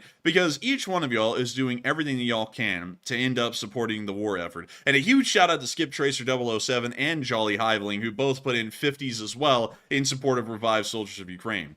Each and every one of y'all is having a massive impact on this war. In 809 days in, the Lee Spring Army is still one of the few that is left that is continuing to support the war effort in Ukraine and the nonprofits that have been over there making this war a lot easier for the Ukrainians on the rear lines. And I got to thank y'all greatly so much once again for helping out and making this thing possible and making it a reality, because otherwise the Ukrainians may not be having as easy of a time. It's still a tough time over there. It's not a cakewalk, but they wouldn't be having as easy of a tough time without everyone's support from around the world. And so thank you to all of y'all once again. And Matthew, I believe that we have a couple of questions as well. So what do we got? All right, so we do have some questions. And also, by the way, if you have a question for us tonight, there are no super chats. You can just put @EnforcerMatt in the live chat with your question behind it, and we'll add it to our spreadsheet. No guarantee we'll get to all of them. I want to make that clear. But if we do get a decent number, we probably will be able to get to most of them. But with that, we're jumping into our first one. And the first one of the night goes to the Morse Code Decoders. Tonight, we had Cliff Simonson, Mark Hodges, Earl Bernew, Paul Schultz, Kevin J., Rumpelstiltskin, David Millsaps, and Toxic Bananas. And they said the LSA Morse code says, Shoigu is gone. One of the few that remains from the start of the war. Ukraine is not yet lost in LSA. And that is the sound of money, and y'all hit it dead on the nail. That was the Morse code message of the night here on day 809 of the war. Absolutely insane. I love to hear that y'all got the Morse code message correct again, because folks like y'all help to make this channel possible and help to make this thing a reality. And also for everyone to hear the Morse code message, which is unique and baked fresh every single night for all of y'all to decipher. And so with that, thank you all so much once again for getting that correct. And we are on to the second question. And this one is going to go to David Myers, who says, do you think the sidearm for combat troops is disappearing? Of the videos seen of the Ukraine war, not one of them has shown a sidearm being used. Great question. Sidearms almost never really existed in war, and that's kind of a big misnomer that's been given to a lot of people because of movies. Pistols really have a very limited niche role on a battlefield. And that's why you don't ever see them really being issued. That's why if you look at a lot of U.S. soldiers, even here in the U.S. Army or the Marines, almost none of them are issued any kind of a pistol, because pistols are just meh. I mean, like, when you really think about it, pistols are inferior to the rifle in every single way. And not only that, it adds a bit of weight to lug those around and the ammunition for them, and that's a general big negative. And I'll explain a couple of reasons why. One, pistols are a lot more difficult and require more skill. Because you cannot support a pistol like you can a rifle by pushing it onto your shoulder, you can't do the same thing with a pistol. You just have to really get good with your hand control and also your ability to aim, which ends up taking a decent amount of training time, meaning that a soldier has to take more time to train to properly use a pistol. And then why would you? A pistol has less armor penetrating abilities because the bullets are traveling at lower velocities, meaning that they have just a lower ability overall to penetrate any kind of body armor, meaning that they are less powerful than the rifle in that means. They're also far less accurate due to the barrel length. The bullets will not have the same kind of grouping at the same kind of distance a rifle will. On top of that, the bullet drop is also pretty high as well compared to a rifle over distance.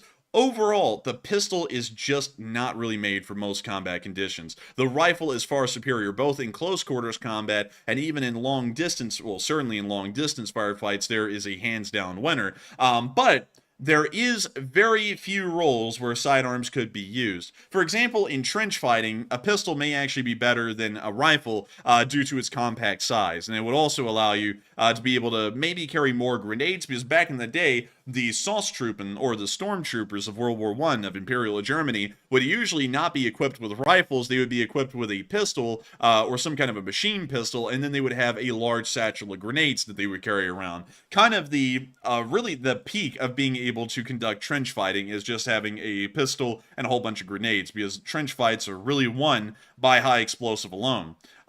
So that is a role that a pistol could work in. Also in tunnel clearing, which was fairly common in Vietnam, the pistol is really the only usable option to do tunnel clearing with. But beyond that, there just isn't really many places where the pistol is usable. And I know a lot of people are going, I see a decent amount of people disagreeing and saying they did have pistols in the Civil War and they had pistols in World War I. Yeah, pistols have always been around, but pistols are just an inferior weapon overall. They're kind of just a weapon you give to people who don't really need one. Kind of like you would give an M1 carbine to folks who were in support positions. You would go, okay, you don't need a full-sized rifle, but we'll give you something to protect yourself with anyway, so here's a carbine. The pistol is kind of the same. Officers, and this is something else, some people are going to say, wait a minute, officers and NCOs, they get pistols. Yeah, because officers and NCOs aren't really the grunts, having to actually fight the other guys and kill them. Their job is more so to tell the grunts where to go and where to kill people. So they don't really need a weapon to be punching folks around with, because, hell, their job is to tell the other people that have the weapons to punch people around where to punch the people around at. That's why officers very rarely carry, back in the day, nowadays I believe they carry M4 carbines, but back in the day, they very rarely ever carried around full-size weapons. That's why, like, for example, in World War II, officers were usually the only ones in a rifle squad that were given any kind of a Thompson submachine gun. And Thompson submachine guns were pistol caliber, 45 ACP, and were not that effective at range. And that was something that a lot of officers complained about, and usually they would actually end up replacing the Tommy gun with a M1 Garand, or another kind of a rifle, maybe even an M1 carbine, because the ballistics and the velocities there are a little bit better, and it just has better stopping power overall, although the Tommy gun has a higher rate of fire. So I hope that kind of addresses that well. I'll just say I'm not a soldier. I've never been in battle, obviously. But if I was being told to go into a combat zone, I would honestly want a pistol along with my main battle rifle because let's say the main battle rifle gets jacked up. Let's say it takes a hit or something like that. Well, now you're out of a rifle, and now you're out of guns, unless you have a spare one laying around that you can use from someone. So I would still have the pistol as just a backup, not necessarily to use it for like your main weapon. Like if I'm tired of my rifle, I'm just going to start using my pistol. If you need it because you're out of everything else, I would want to carry it just for that reason. And a pistol doesn't add really that much weight. In reality, a lightweight pistol is just maybe a pound or two, and to me, that's worth the extra weight to have that safety of a backup. Yeah, but the thing is, though, is that, like, with a pistol, it's practically useless because you do have to remember that modern body armor is level 3 plus, and level 4 in some instances for your common infantryman in the U.S. military. So when you take that kind of armor protection and you use, let's say, like a Beretta M9, talking about last generation's pistol, against that kind of a body armor, you're never going to penetrate the body armor. You're probably never even going to end up wounding or killing that person with a pistol because the pistol just doesn't have the ballistics needed to even be able to punch through the body armor if it was using armor-piercing ammo. So, it still runs into its problems. Yes, you have an additional weapon just in case of the rifle fails, but at the same time, it's practically worthless in the modern world because the pistol can be defeated by really just standard issue body armor at this point. I'm honestly with Die and Reload in the live chat. He said the face doesn't have armor. If you're in a bad spot, obviously it's hard for people to do that. So without saying it out loud, you'll know what I'm talking about. It's hard to get a shot like that off, but you're better off taking your chances with that than simply having a rifle that has no ammunition or won't function and trying to use that as a battering ram on a soldier up close. Or if you have a knife, your other option is to pull out a knife, like a K-bar or Kabar or something like that, and try to stab somebody. And I'm honestly a big believer. I would rather pull out the pistol than the 9-inch blade. To be entirely honest, on my end, looking at it from a military's level, I most likely would not want to see mass-issued pistols. It adds a lot of cost. Pistols are fairly expensive. Like, think about it. You can give someone a rifle, and like say an FN M4 is like $2,000, and I'm assuming that the military is probably getting them at a similar price or even cheaper business in bulk. So say like $1,700, $1,600 for an actual rifle.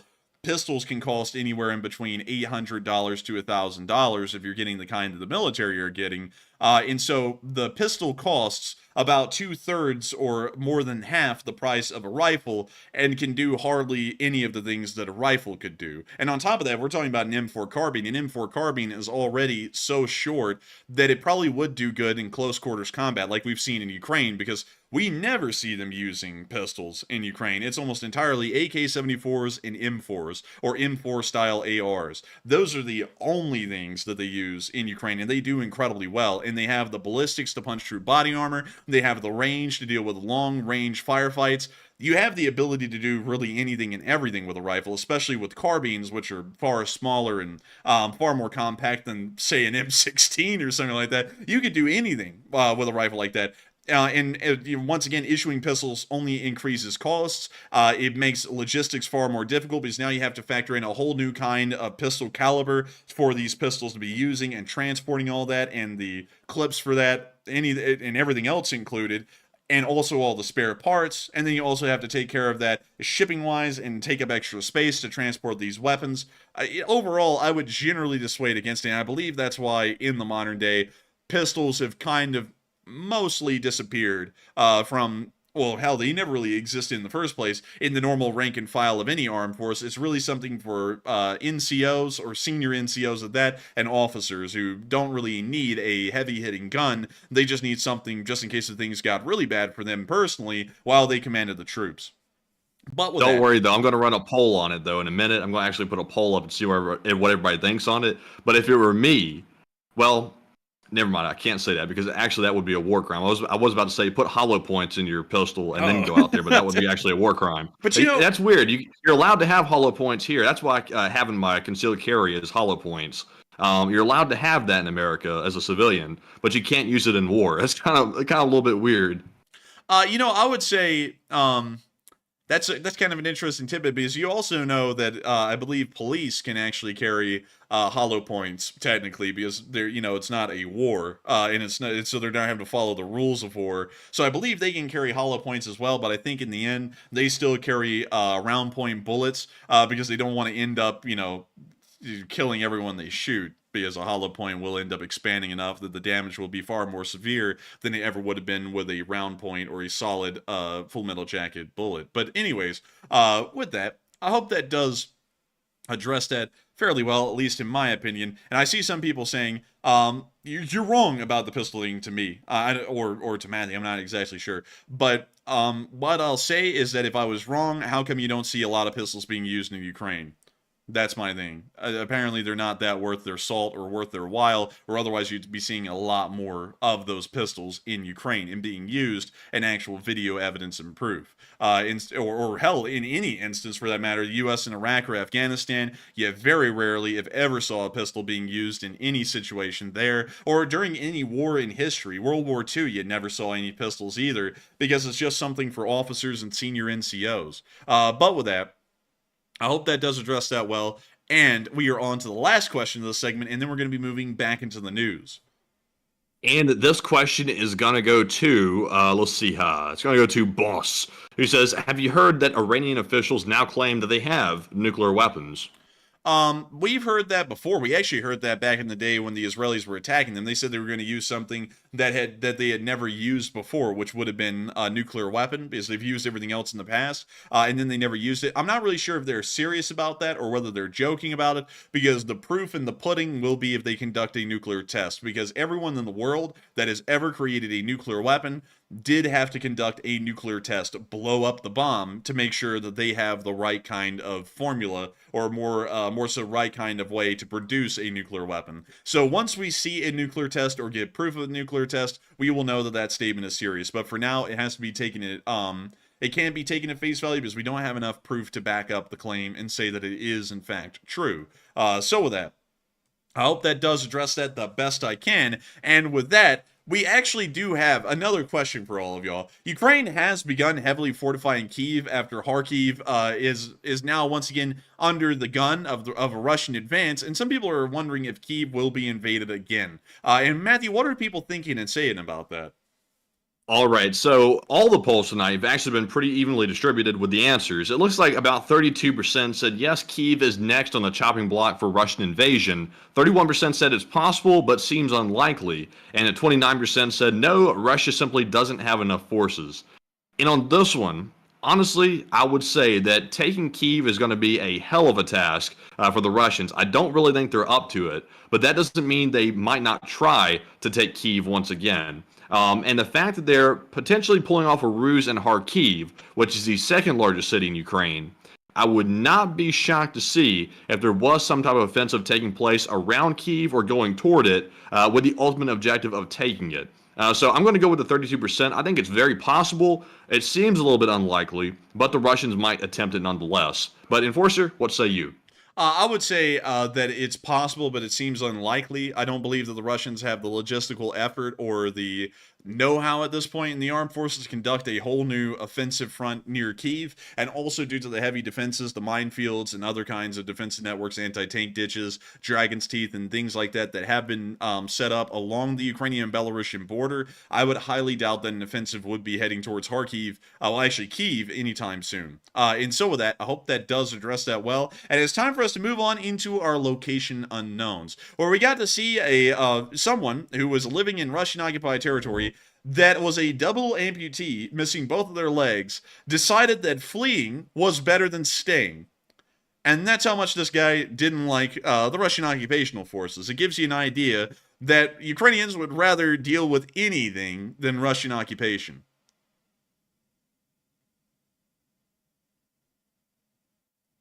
We now see them getting him out of there.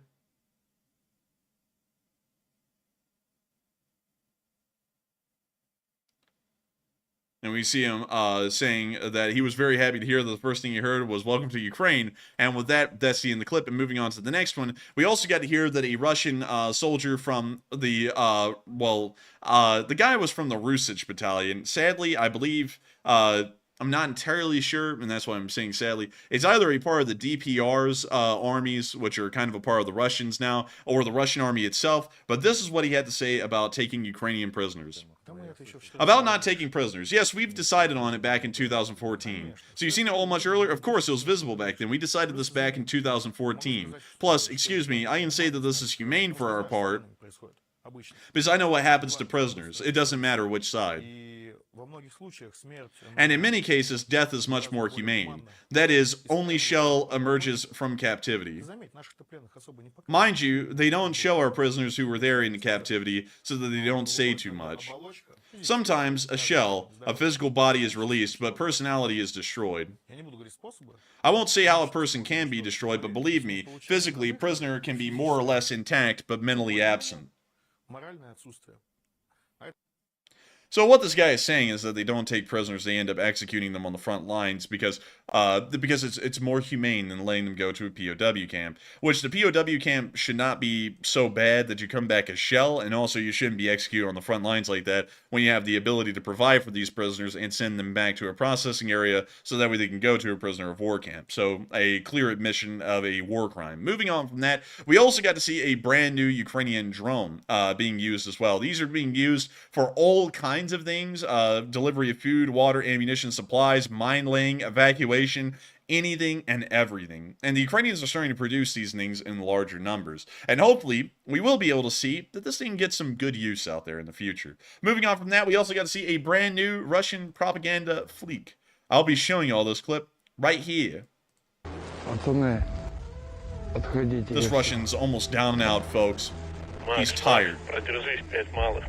We can see here the clear pandering. We see a Russian bear on a Russian flag. We can see right here a Z symbol on his jacket. And we can also see the Punisher emblem on a Russian flag as well. Once again, making sure that y'all know this is a good guy at the propaganda flag.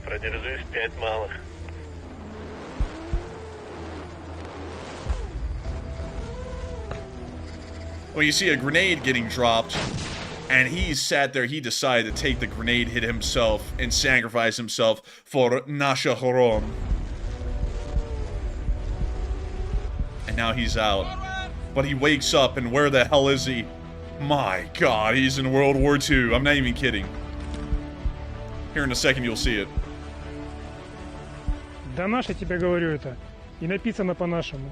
Только одежда какая-то. My word! И оружие тоже не. The heroes of the past! They've saved him! Потом разберемся. All these cheesy as shit. Никитин, присмотри за этим, заодно нас прикроешь. He's a hero of Reshabli. So he starts waking up again. And what does he see now? Oh, he sees a Soviet soldier from World War II. Look at that stupid helmet. He's like, you have to fight for Reshabli. Все равно никуда не уйдешь. Мне своим надо помочь. Now we see them running on and leaving him behind. Because they have to be the heroes of old. Бизон, братик, я на пригорке. We now see him calling on the radio for something. The heartbeat. Oh my goodness, this is a modern Russian soldier. They're here to save him. Wait a minute. Hold up. Now, I was somewhat believing until we got to this point, but now this is totally fake, man. The Russians don't come for their wounded. Absolutely not. This is they absolutely just blew the whole garbage. story. Hey, you know what? I'm not seeing this guy looting the wounded one either, so I'm not believing this anymore. This is a bit of a stretch. Oh my goodness, is that a Nazi? just out of the blue? Like, they just throw a Nazi into this so you get the connection. And he's about to mercy kill this guy, just like the Russians do on the front lines. Like, they actually openly admit that they do stuff like this. But when a Nazi German does it, then it's wrong. Oh my God, they saved his life. Wow. And here come the Russians of modern day, saving the lives of their comrades as the Germans run into the wide open for no reason at all. This is amazing, epic even. They had to throw in that little forwards for no reason. I don't know why, because like when you think about this in like the in like the actual logical sense, the Russians were assaulting the Germans, and they were kind of dug in a little bit. So why in the world would he order forwards where they end up abandoning their defensive positions, which give them an advantage, and then start just moving out into the open field? It's like someone who doesn't know anything made this video. Oh my god, they killed all of the Germans in one hit. Epic. And now they bring forward the Soviet battle flag because they are the heroes of today. Join the Russian army and die in droves. Oh man, I like it that the Russians like go ahead and like mentally prepare their soldiers to die in battle. It's like, aren't they supposed to go in and live? Like, isn't that the objective? But no, you're going in to die. Just get ready for it. Man, you're going in to die a hero. And speaking of that, we also get to hear that the Ukrainians are using wild weasel tactics. Not to go into that too much, but it's good to hear that they're conducting some successful seed operations. We also got to hear of the Russian casualty report over the past 24 hours, with two Bobcat skid steers being destroyed. Damn, two of them. Do you see this? Two. It's a good day, Matthew. It's a good day. 1,260 Russian soldiers were wounded and killed over the past 24 hours, along with 22 armored personnel carriers, 64 supply trucks, 5 main battle tanks, 30 artillery pieces, 42 drones, 2 MLRSs, 1 cruise missile, and 1 anti-aircraft warfare system. Overall, the losses were golden and looking really good. So we're going to be expecting that these losses remain high and that the Russians' morale remains low. Moving on from that and down into the front lines, we were able to see a couple of clips near Ploshchanka of Ukrainian firing an MT-12 Rapira. Here's the clip. When you see him getting ready to fire it right here, it's a 100mm anti-tank gun. And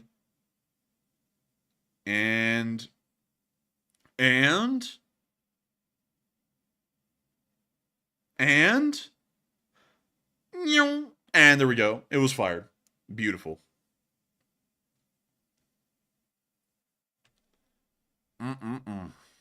And that's the end of that clip. It's just a replay from that point. And we're now going to be moving on into our next one, where we got to see the 28th Brigade holding the line. Look at him firing the machine gun. When you see this fella here using his binoculars, and also nice AK-74 with a suppressor. We also got to see here the Ukrainian flag flying over a small outpost in the area. We got to see the suppressor again, and another guy using an AK-74 as well. Very nice to see. Moving on from that and down into the Bakhmut area, and also, by the way, just to show you all the front lines so that we all know what's up down here, down in the Bakhmut area over the past 24 hours, it does appear that the Russians have made no advances whatsoever, and the Ukrainians have held them at bay. Moving on from that, we got to see a Ukrainian BMP-2 on the move. We're going to be muting that. But we can see them driving on along. And just look at them. They're all having a fun time riding this BMP-2. They better be glad they're Ukrainian riding on the top of this, because this is a vehicle right here that somebody like Tony would like to get their hands on. Man, I'm telling you what, Tony would flip this thing like in 3 seconds flat, killing everyone on board. But that's the end of the clip, and we're now moving on into our next one down in the area of southern Bakhmut, where we also got to see the 90-second showing off some pillboxes. These aren't your normal kind of pill poppers, these are real pillboxes. Смотрите, какой классный дот. This ain't Portland. Not to vote, you see the pillboxes right here. Толщины. We see this guy just chilling on his phone. Оборудован нормально. Все, что есть надо. Буржуйка снаружи. Обложен лесом. I'm walking outside. Кто говорит, что плохо сделано? Засыпан землей. We hear a little generator going on in the distance. Было у нас. And that's the end of the clip. But really nice to see a little pillbox that they're in. Moving on from that and down into the Avdiivka area, we really didn't get any video or picture evidence from this area, but we did see that the Russian forces are moving on from Semenivka, and they are getting a little bit closer towards the area of the second defensive line near Novoselivka, Persha, and Yahinivka. However, they still have a long ways to go, and losing around 1,300 soldiers per day now on average, this is probably going to be a very difficult sail for these folks to be able to make it to the second defensive line without losing about everyone who started off the offensive out of the city of Avdiivka. Moving on from that and down into the area of Staromykolivka, we did get to see a Russian tank get blown up. We're going to be muting that, but we can see the drone flying on in, and it's about to knock this tank clean off its rocket. Ba-boom, baby! Boom, chugga blitz! Oh, wait, is that a second time? Oh, okay, that was the second time. I was like, oh my god, it blew up again? But that's the end of the clip. Nice to see the 47th doing its work. Moving on from that clip and on into our next one, a little bit further down the line near Novomikhailivka, we also got to see more Russian armor getting hit down here. And we're going to be muting this one as well. Peter, the tank is here. And they're going to be getting rid of it. Babush! Ooh! Oh, they even put points. 300 apiece. Another 300. Oh, they're about to be getting a high score right here. Oh, 200. Nice score. Boom! Another one. Oh, they're going to be trying it for some more.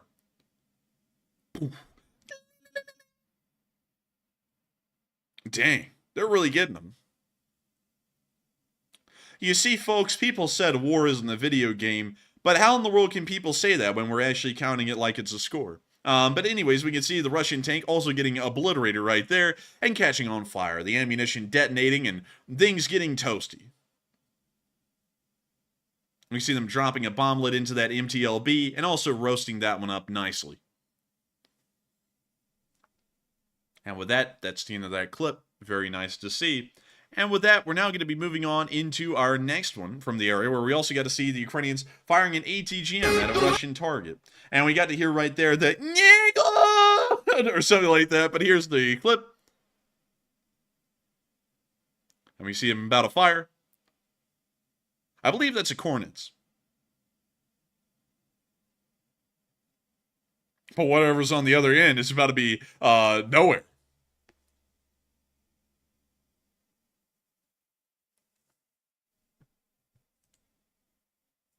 And with that, that's the end of the clip, but very, very nice to see. And moving on from that, and out of that area of the front line, a little bit further on down and into the area of Zolota Niva, we got to see the Ukrainians also lobbing some high explosives onto Russian positions. Isn't it beautiful? I have a friend. I have a friend. Dude, dude, whenever you sit there and ask someone, so tell me a little bit about yourself. I have a friend. Just, I have a friend. Hello, my friends. Oh, no. But we see they're getting the mortar round ready. It appears to be 120 millimeter.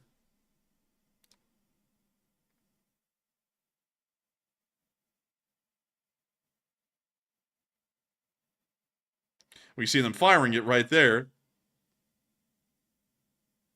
And that's the end of the clip for the large part. But everyone's getting all smiles, all smiles. And that's the end of the clip. And moving on from that and down out of this area, it's time for us to move a little bit closer to the area of Novoselivka, where we got to see a convoy on the move. Made up of Land Rover Defenders. I like that. All right, we're going to be meeting that. The Range Rover ought to come out with a model called the Range Rover Offender, since they got the Defender. Man, I'm telling you what, man, the Offender's got to be putting some, like, hands around people's neck. You know what? Better yet, Matthew, if they're going to call it the Land Rover Offender, why not just call it the Land Rover OJ? Oh. That was a Bronco. Oh, yeah, I forgot. That's actually his. But there goes the YPR 765, a Dutch-provided APC. Or wait a minute, if they're going to call it the Land Rover Offender, why not just call it the Land Rover P. Diddy? No, I wouldn't call it that. Man. or better yet, the Land Rover R. Kelly. How about that one? I think that one will stick a little bit better. But moving on from that, we got to see that some Russians around Kharkiv tried to surrender today. Here's the clip. Here he is. Let's see. Looks like he's sitting on something, but it says that he wants to give up. Little fella, I think it's going to be a lot more difficult for him than just that. He's on the other side of the road. Hey guys, I'm finished. I know I shot at you all day long, but I'm done. He's like, I quit, and literally put up a sign. Like, he's just like, I quit, like Wile E. Coyote or something like that. But moving on from that and out of that area, it's now time for us to move up to Kyiv to cover the speech from President Volodymyr.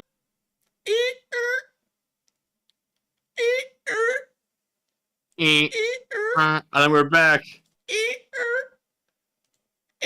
Okay, so now that we've gotten that out, it's time for us to get to the speech from President Volodymyr Zelenskyy here on day 809 of The Wire. And so, without further ado, here's the speech Дорогі українці, українки, сьогодні головне – це, звичайно, питання фронту і нашої протидії російським операціям. Протягом дня вже були доповіді головкома, розвідки, міністра внутрішніх справ. Особлива увага Харківщині. Тривають оборонні бої, жорстокі бої на значній частині нашої прикордонної смуги. Є села, які фактично із сірої зони стали зоною ведення бойових дій, і окупант намагається в частині з них закріпитись, частину просто використати для подальшого просування.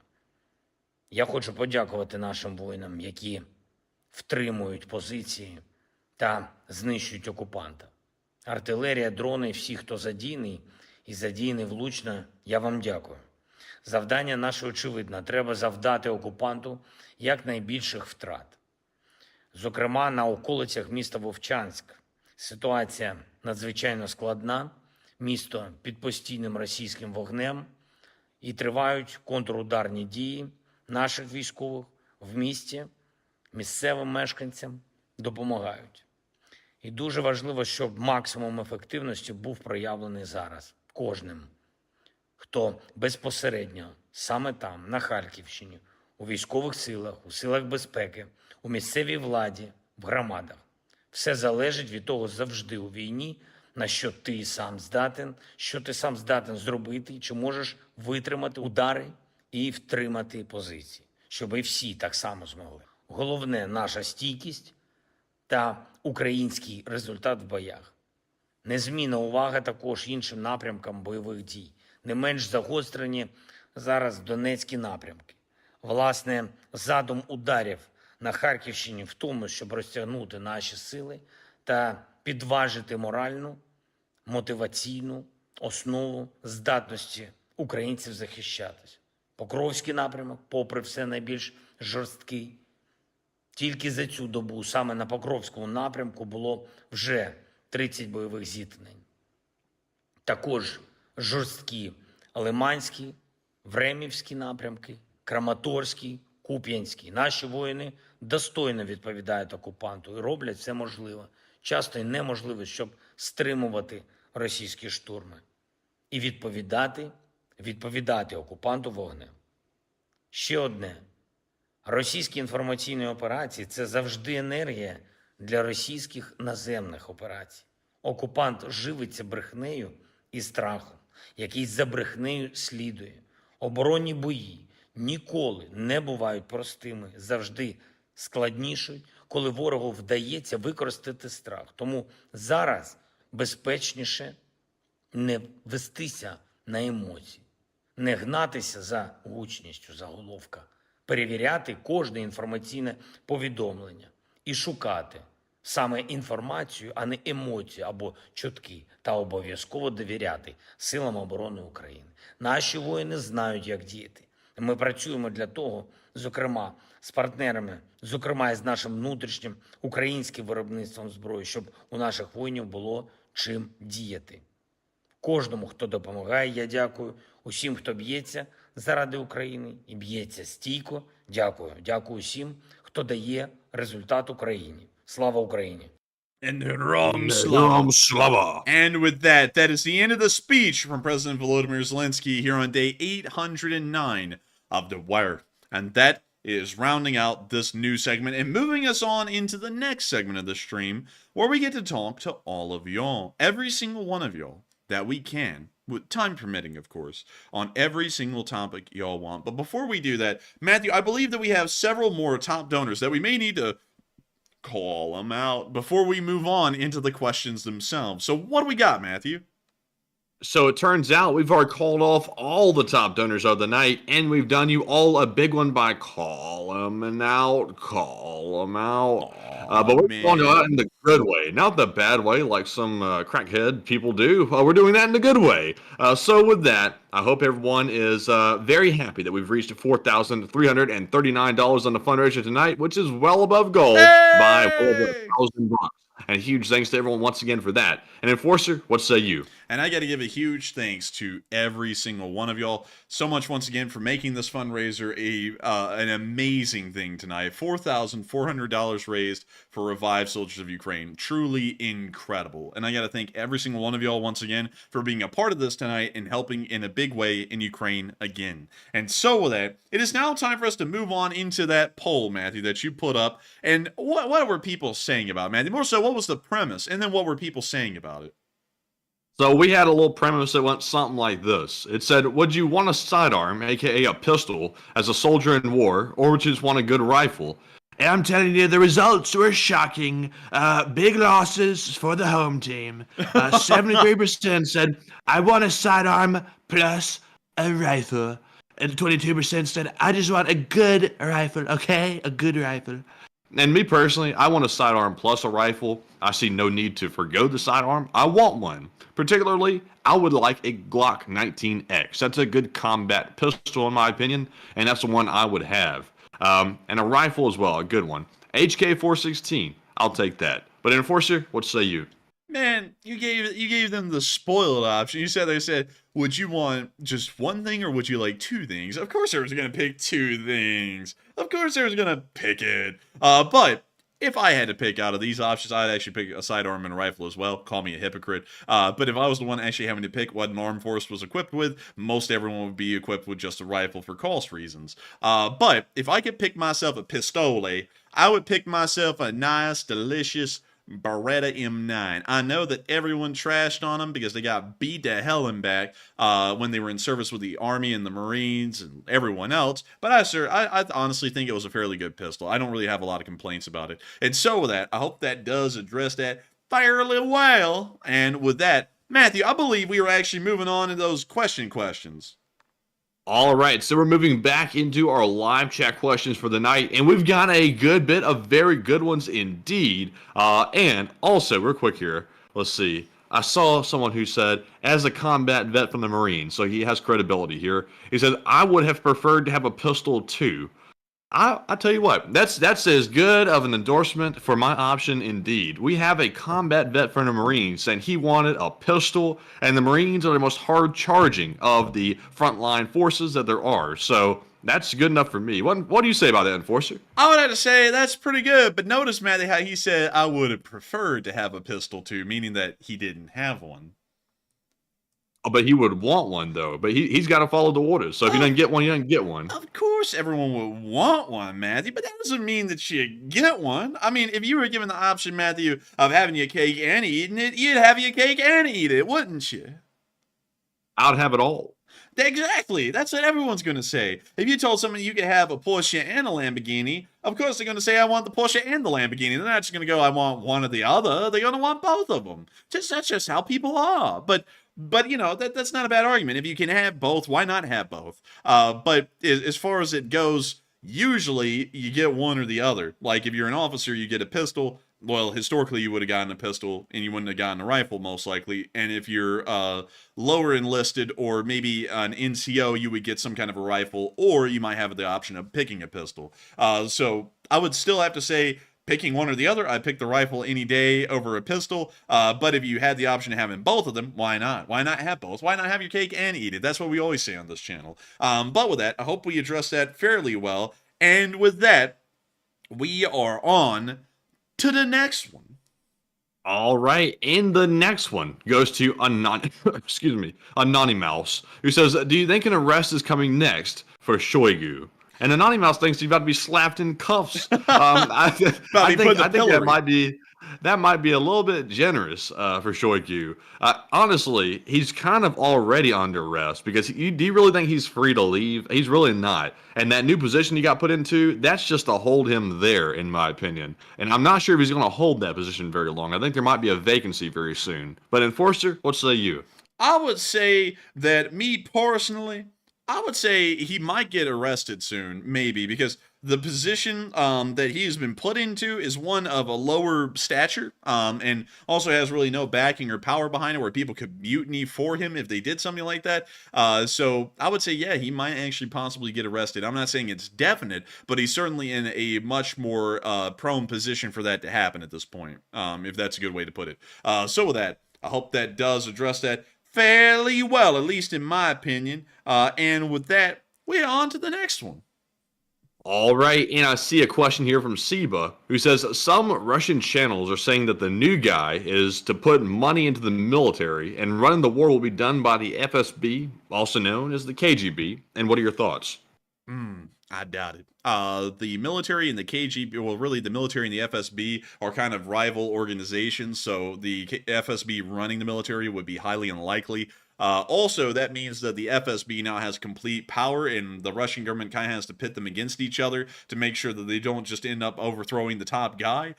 So I would doubt that, and also I would doubt that he's being brought in to put more money in the military, because the Russian military right now is consuming about $120 to $140 billion per year, and I don't think that guy personally would have enough wealth to even finance the Russian war effort for at least a month, in my opinion. But with that, I hope that does address that the best I can, at least knowing what I know. And with that, we are on to the next one.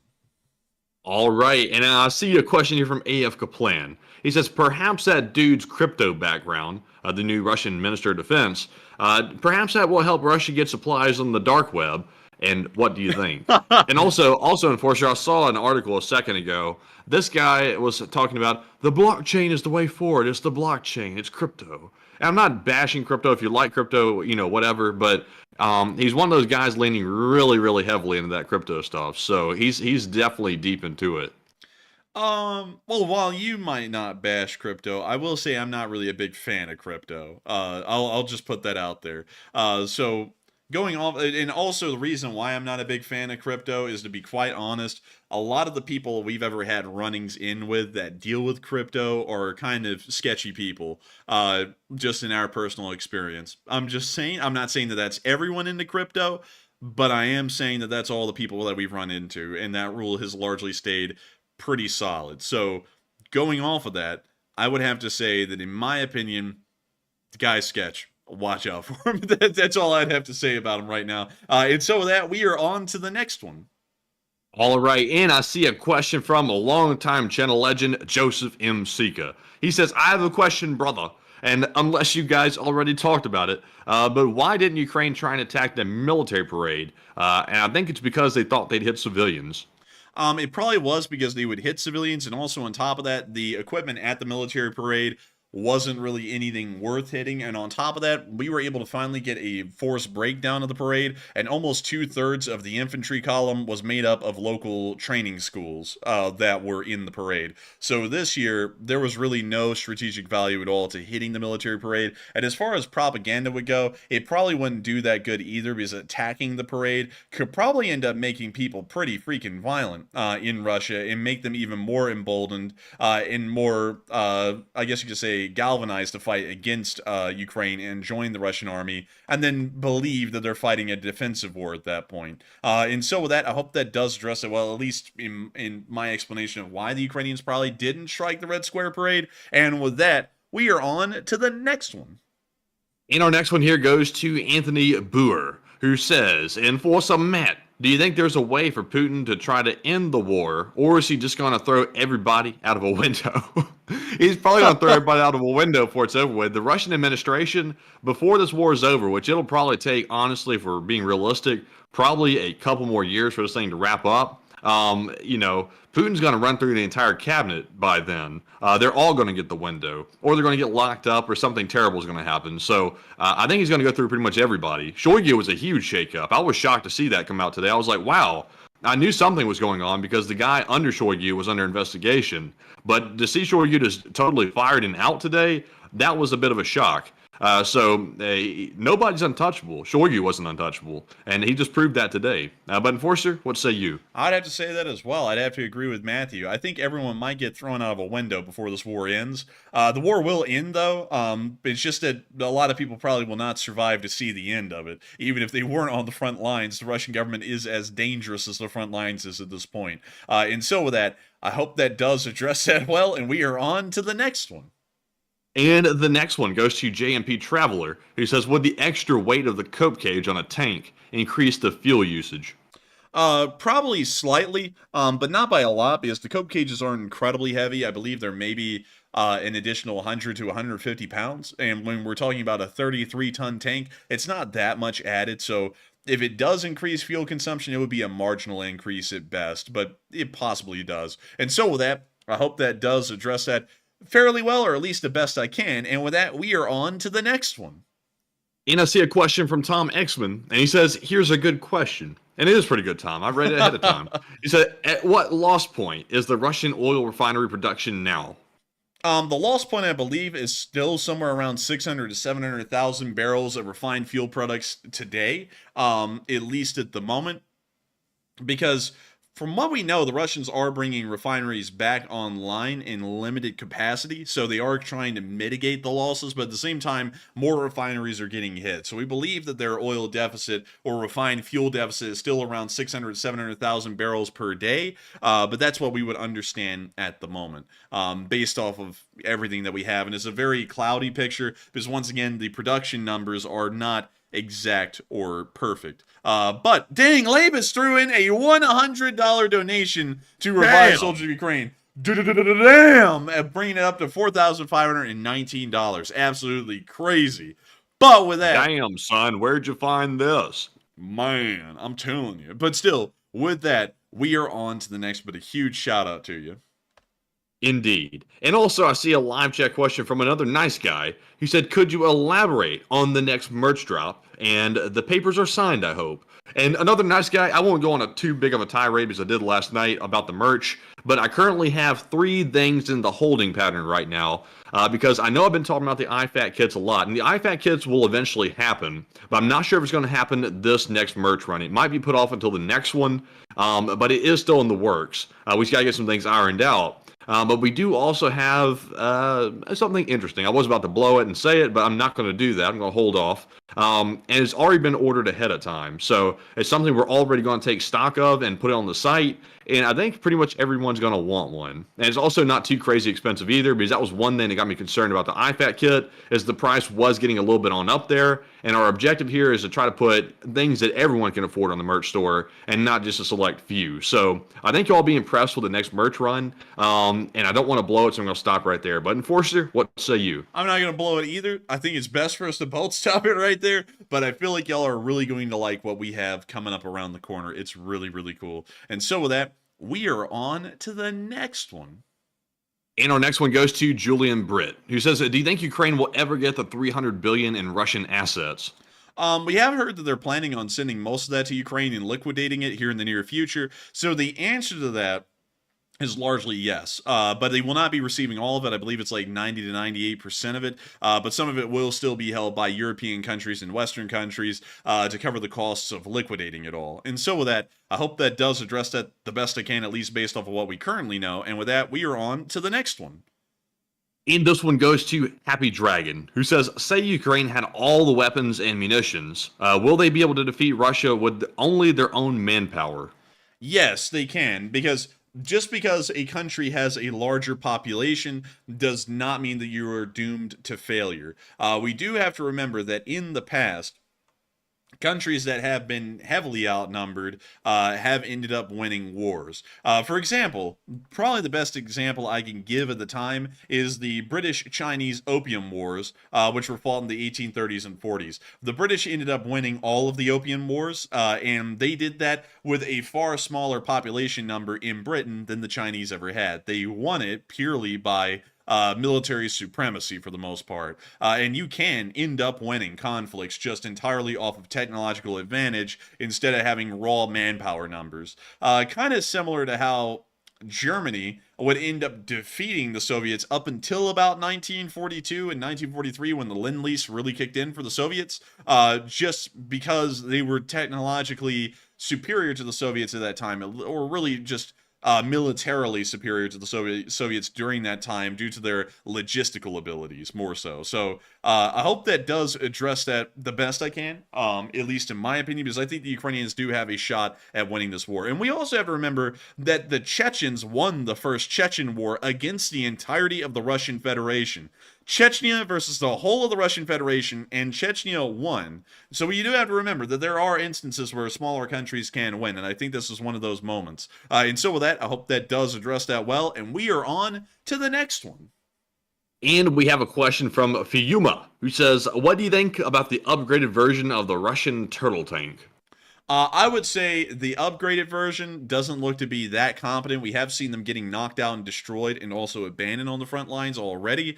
So I would say that it is another futile attempt at improving the armor of an already defunct and outdated tank for the modern battlefield. And so I hope that does address that the best I can. And with that, we are on to the next one. All right, and we've got a question. I see one from Jaka, who says, I heard years ago, many years ago, they tried to, but anyway, I heard years ago, the Soviet army didn't have many guns, and they had to pick up guns from the fallen, and is that true? That is something that me at the gates. I believe it came out in 2002, and it was a movie about Vasily Zaitsev, who was a Soviet sniper. Oh, God!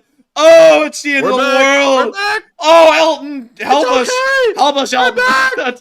We're back! So, anyways, that myth, because that was a bit of a myth, was propagated by the movie Enemy at the Gates, which came out in 2002, which was about the story of Vasily Zaitsev, who was a Soviet sniper during the Battle of Stalingrad.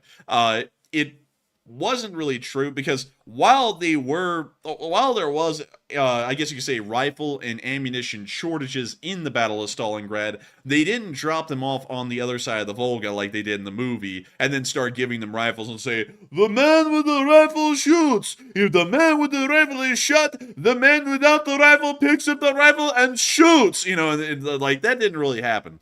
Because if the units did not have weapons, they usually would just refuse to go to the line. And of course, a lot of people would go, well, wouldn't the NKVD kill those guys? No, they wouldn't. They'd actually mutiny, and then they'd end up getting some kind of guns, because at that point, the NKVD couldn't kill them for refusing orders or conducting treason. They were refusing orders because they didn't even have the equipment needed to fight. Nowadays, that's a little different in the Russian-Ukraine war, because we actually have heard that units have ended up having summary executions conducted because units refused to fight because they didn't have weapons. But during that time, we did hear that things like that would happen. But no one ever went onto the other side of the Volga River into Stalingrad itself and fought with a complete lack of firearms.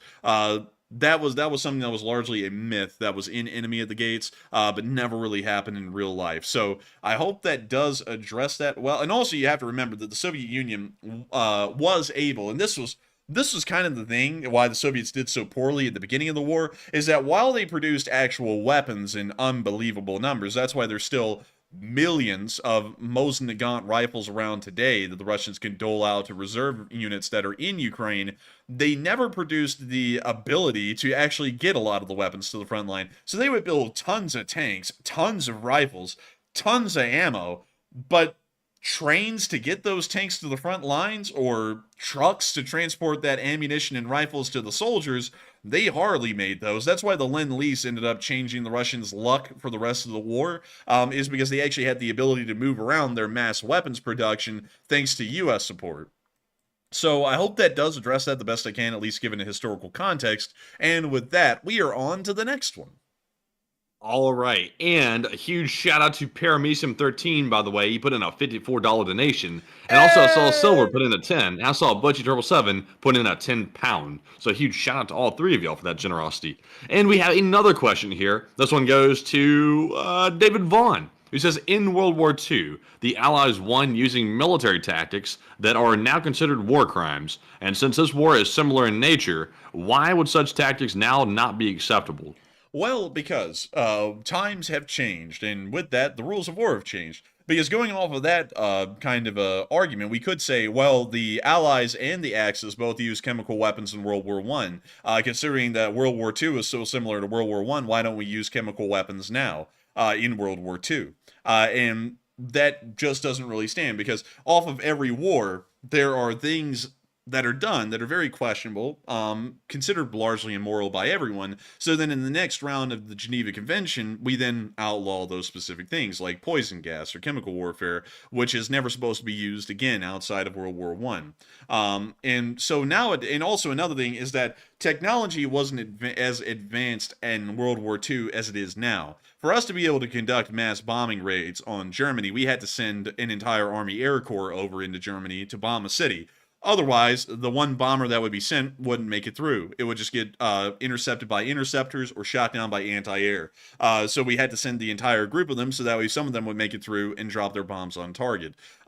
Largely, the best way I can explain it is that times have changed, technology has changed, and it isn't World War II any longer. It's the modern day, and we have completely different rules that surround war. Technology has greatly increased, and for that reason, we should be trying to make war more humane. Although it is literally a hell pit or a cesspit, we should be trying to make it a little bit more humane, and we should also be making sure the civilians are much more protected now than they would have been in the past. And so with that, I hope that does address that the best I can.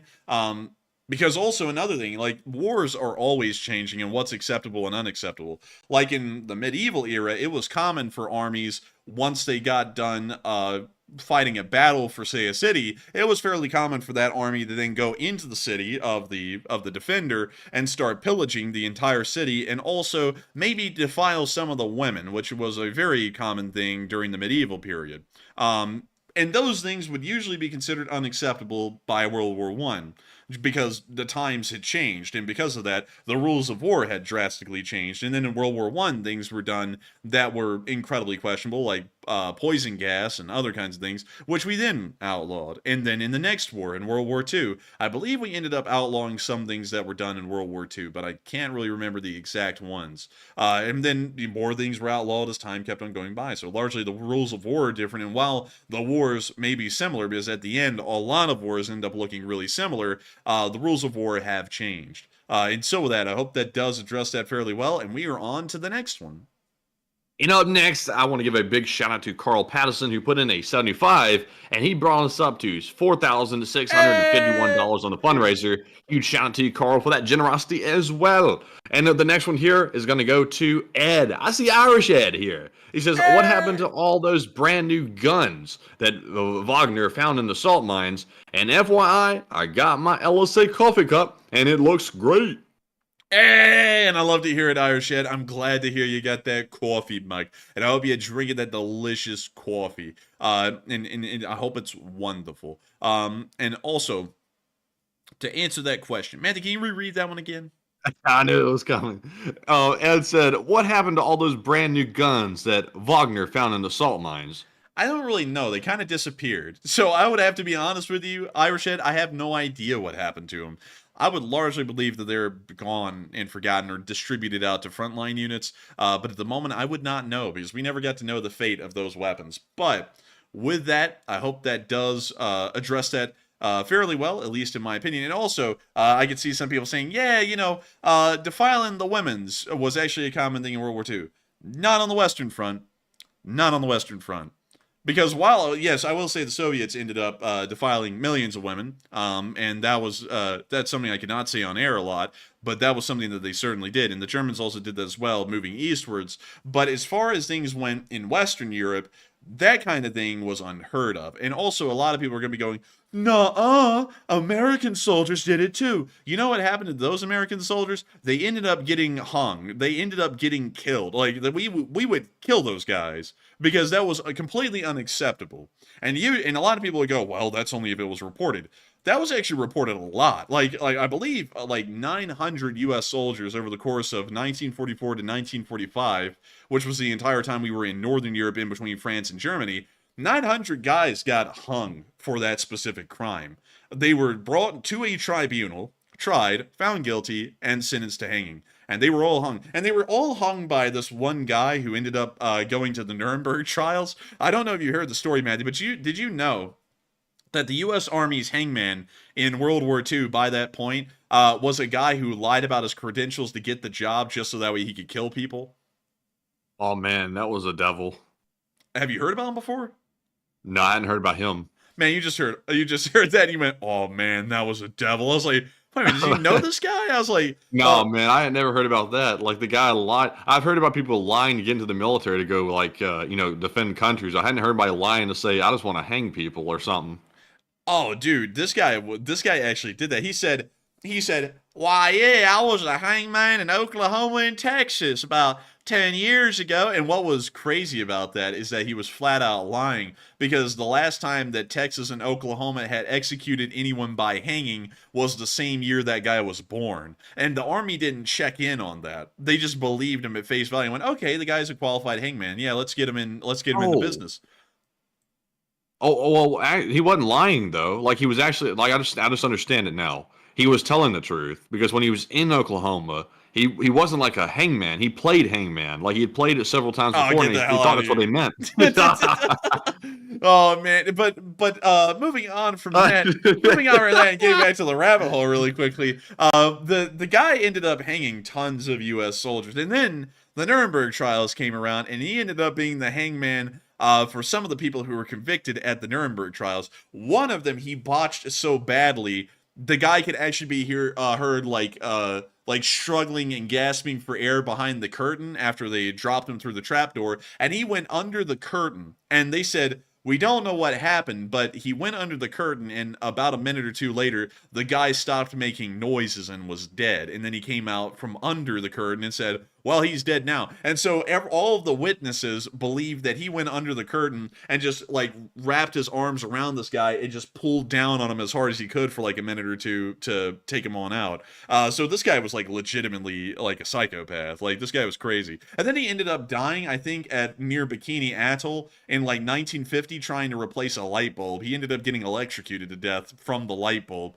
So kind of a whack story on that guy from beginning to end. But nevertheless, I would have to say, I hope that does give you a little bit of a background on that fairly well. And also some people are saying, oh, well, there was a ton of them that weren't reported. Well, we can only go off of the ones that were reported. Maybe fair, but if they were never reported, we can't really work off of that. Because if they were never reported in the first place for anyone to be held accountable and held at trial, how can we count that? That's kind of the thing. It's like saying there are many unreported burglaries. It's like, well, how in the world are we supposed to factor those in? Because we don't even know that they actually happened. We're just assuming that they happened. There's nothing really to work off of there. But with that, I hope that does address that the best I can. And we are on to the next one. In our next one is going to go to Happy Dragon, who says, how soon after the war do you think Ukraine will be admitted into NATO? Probably months after the war ends, they'll end up being admitted into NATO, because it's something that everyone's really been waiting for. And I don't think there's going to be a lot of opposition to it, because Turkey and Hungary are really the only ones that would hold up Ukraine joining, and Hungary doesn't really seem to have that big of a problem letting people join NATO. It's just that Turkey was the only one that really did, and now it seems as though they would be more than happy to have Ukrainian, because it plays into Turkey doing Turkey things. And so with that, I hope that does address that fairly well, and we are on to the next one. All right, and we have a question from Mark Hoopa, who says, do you know what percentage loss on the total Russian stock is for each of the loss counts? Sadly, I wouldn't know all of those off the top of my head, but for the tanks, I believe it's over 60 to 70%, and for the helicopters, it's around maybe 40%. Sadly, I wouldn't know all of them off the top of my head exactly, so I'd have to declare ignorance on most of them, but I hope that helps out with the helicopter and tank category, at least at a bare minimum. And so with that, I hope that does address that well, and we are on to the next one.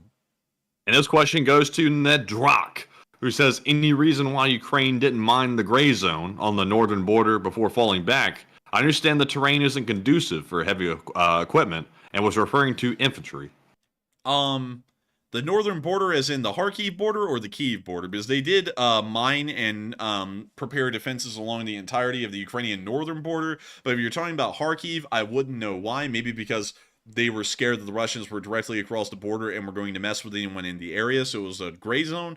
Maybe that was why. But beyond that, I couldn't explain that all too well. because I wouldn't have a good logical answer for that. And so with that, I hope that addresses that the best I can, at least. And with that, we are on to the next one. And this one goes to Adam McLean, who says, I had a discussion with a guy in my office, and he was saying that AR-15s are the only thing that the military outfits our men with, and our SMGs really just an outdated weapon. And no, they're not. Kind of, they are. Because the U.S. Army just adopted a new one. It's the BNT. It's a SMG. Yeah, but I think that's for, like, tankers and stuff like that. I don't think that's for, like, the infantry. Let's see. U.S. Army adopts BNT. Like SMG. tankers, truck drivers, guys who really don't need a rifle, but they need, like, a personal defense weapon. Let's see here. It says U.S. Army adopts weapon. Let's see who for, though. Let's see. Oh, they're going to procure as many as 1,000 under the contract, so not too many actually. That's nothing. It says the weapons are only intended for special international operations, so I'm maybe a little bit outdated. But they're still buying them though. They bought them from BNT in about 1,000 quantity, so I guess maybe so. So I would say, going off of that, answering that question, SMGs are largely dated, but not really. It kind of depends on what you're wanting to use them for.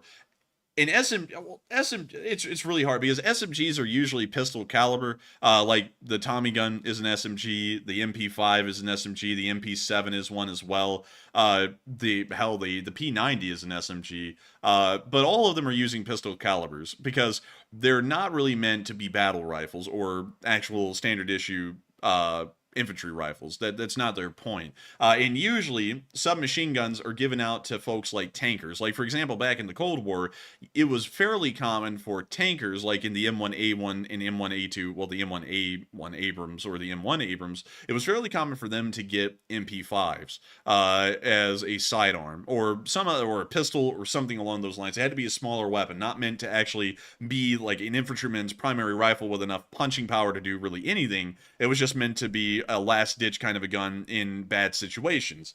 So I would say SMGs are dated as far as the infantry is concerned, but in reserve roles, it's still got a good place. It's better than a pistol, I'd say. So I would say yes, the SMG isn't entirely outdated, but it's kind of close. It's not going to be used by the infantrymen at all. So in that realm, it would be outdated. And also some people will say it's great in close quarters combat. So is a pistol, but in most instances, the infantry is very rarely going to be engaging in close quarters combat to the point an SMG or a pistol would be effective.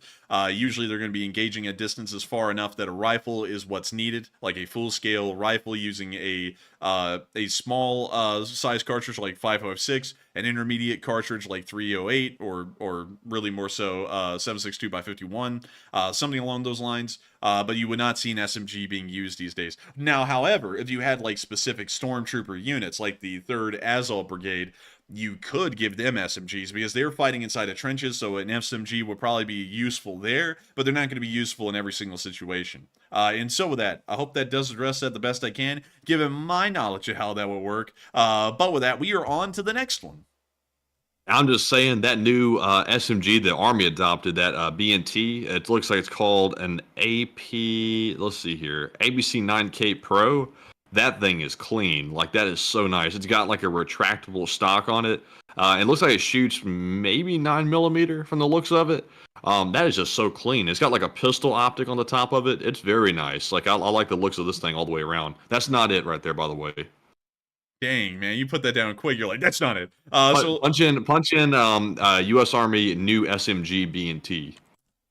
U.S. Army new SMG. There it is. This one? Oh, see, that's clean. That is pretty cool. I'm not going to lie. Pretty neat. $3,000 for the civilians, I think.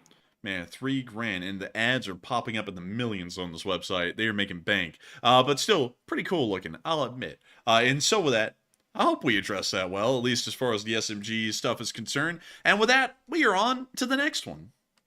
And this one goes to Ed once again. I see he says, I always thought that the USA and allies used the same guy for executions that the Nazis used. Supposedly he was a professional. And what are your thoughts? Want to reread that one again? Let's see. He said, I always thought the USA and allies used the same guy for executions that the Nazis used, and supposedly he was a professional. And any thoughts? No, we actually had our own hangman. The British had a very popular, well, very popular is kind of a little bit of a weird statement, but he was an actual hangman. He actually did that for a profession and did incredibly well. But as far as our hangman went, the U.S. one, he had no practical experience and was botched. Well, he botched every single one that he did. He never did one successfully. So, you know, we did use the one the Nazis used, because the Nazis, I believe, I don't really think the Nazis did a lot of hanging. I think they usually did like forced shooting. Yeah, forced suicide, shootings, stuff like that. They didn't really do a lot of hangings. Hangings weren't really a German thing, I believe, if I'm remembering correctly. But with that, I hope that does address that fairly well, the best we can. And also, 40K Thunderdome just said, the Enforcer, did you say God Emperor referring to 40K or just from history? No, I said God Emperor referring to 40K. And what was crazy about that is that we were actually driving around today, and I saw the first real Warhammer store ever. I didn't even know those things physically existed. And Matthew was like, hey, that's that game you play. And I was like, no, that's not a game I play. It's just something I've heard about. But you are correct. You are correct. That is from Warhammer 40K, or more so Warhammer 30K, or the Horus Heresy, or whatever you're into. But with that, I hope that does address What? The heresy? The Horus Heresy? Oh, okay. All right, then. Well, with that, I didn't know what you were saying. I was like, something heresy. I was like, man, you wild. Man, but anyway, it was a whole heresy, man. I'm telling. Oh man. But anyways, we're on to the next. He said, I'm no hot dog, but I've been known to have a little heresy from time to time. But anyways, moving on to our next one here. We have a question from Fuyuma. We actually have two from Fuyuma. And it's the other two he asked. Yeah, first of all, he said, would the Weasel tank be great for Ukraine to have? Yeah. Yeah. Well, the Weasel in its natural form, with a tow launcher, would pretty much be like a go-kart, really. And let me see, here we go. Yeah! Dude, these things were cool as hell. Look at this. Look at this. It's like a little tracked go-kart. Cute, isn't it? Look at that. That's crazy, man. Man, I think these things were neat. But I would say, yes, they could use these as ATGM carriers, but I don't really think they'd be used for a lot more than that. Also, these things came in many different forms. They had an ambulance version of the Weasel. I don't even know how in the world they fit anyone in it, but they did. They also had a command post variant right here. Don't know how it was really a command post, but they did it. They also have one with a 20mm Oerlikon on it, and I'm trying to see if I can find that. They had one with stingers on it as well. They had a lot of them. Let's see. Here we go. Here's the air defense carrier. This one has a net over it, but you can see the stinger launchers mounted on top. Pretty cool. I mean, I think this thing was really neat, in my opinion. Oh, here's the Weasel, too, with the air defense stuff on top of it. And then there was one. Here's the one with the 20mm autocannon on top of it. These things were cool. I liked them. But I would say, yes, they could use these things in certain roles. It's just not that you could, it's not like they could use it for everything, but it certainly would have its niche. And so with that, I hope that does address that well. And we are on to the third to last question of the night. All right. And this is actually our last question of the night, because I have no more left. No cap. We've answered a total of, I think, about 32 live chats. Damn! It's a pretty big number, actually, for the Sunday. So we've answered every single one we've had, actually. So, Enforcer, do the thing. And so we are on to the final question of the night. And so who is like the last person through in the lucky last question of the night? And it's Fuyuma again. He says, would German IGEL armor be great against drone attacks? Is that spelled IGEL? Yes. I have not actually heard about that armor. Let me see. Let's take a look at this. Interesting. I've never seen this before. So it appears that that a Panzerhaubitze 2000 already had this armor equipped onto it in Ukraine, and it actually ended up saving the SPG from being critically destroyed by a drone attack. So the answer to that question, based off of an example that we have, is that yes, that armor would be effective against drones. So there you have it. That was actually a very much shorter answer than I thought it would be, because I thought I was going to have to do some deep research, but the first article I clicked on was about that exactly. So with that, I hope that does address that fairly well, and we have reached the end of tonight's stream. I'm going to thank all of y'all so much once again for watching. It has been an absolute honor and a pleasure to get to run this stream for each and every single one of y'all. At the peak tonight, there were 7.8 thousand people here, and 50.5 thousand people have watched this stream before it rounded out. We are entirely honored to know that we were able to run this stream for each and every single one of y'all tonight. Of course, every single night, we have no idea why y'all come to this channel and why y'all pick it to be your source of news, but we are entirely honored to be in this position nevertheless. If you are new to this channel and you enjoyed this, make sure to subscribe, like, and comment, because it makes us really happy to see that. And also, it helps out this channel a little bit in the algorithms, which helps more people to find it. But nevertheless, thank you all so much once again for watching, and we will see you all on Tuesday at 10 p.m. Eastern Time to cover the next 48 hours of the news of the war in Ukraine. And also, a huge thanks to everyone for getting the fundraiser up to $4,671 for Revive Soldiers of Ukraine. Good night, good luck, take care, stay safe, Slava Ukraini, and long live the Lee Spring Army. The Lee Spring Army will never die. Well, I don't want to sound like that. All right. Not all right. But anyways, with that, good night to you folks. Thank you all for another great fundraiser tonight. Like the Enforcer said, almost 5,000 raised. Tremendous amount of money, once again, for a tremendous Ukrainian charity. And we appreciate all of you very much for that. And with that, we're going to see you all on Tuesday night on the next stream, and also, hopefully tomorrow, if there's enough news to cover, on the short war summary. But with that, Slava Ukraine, Heroem Slava, and we'll see you next time, and good night.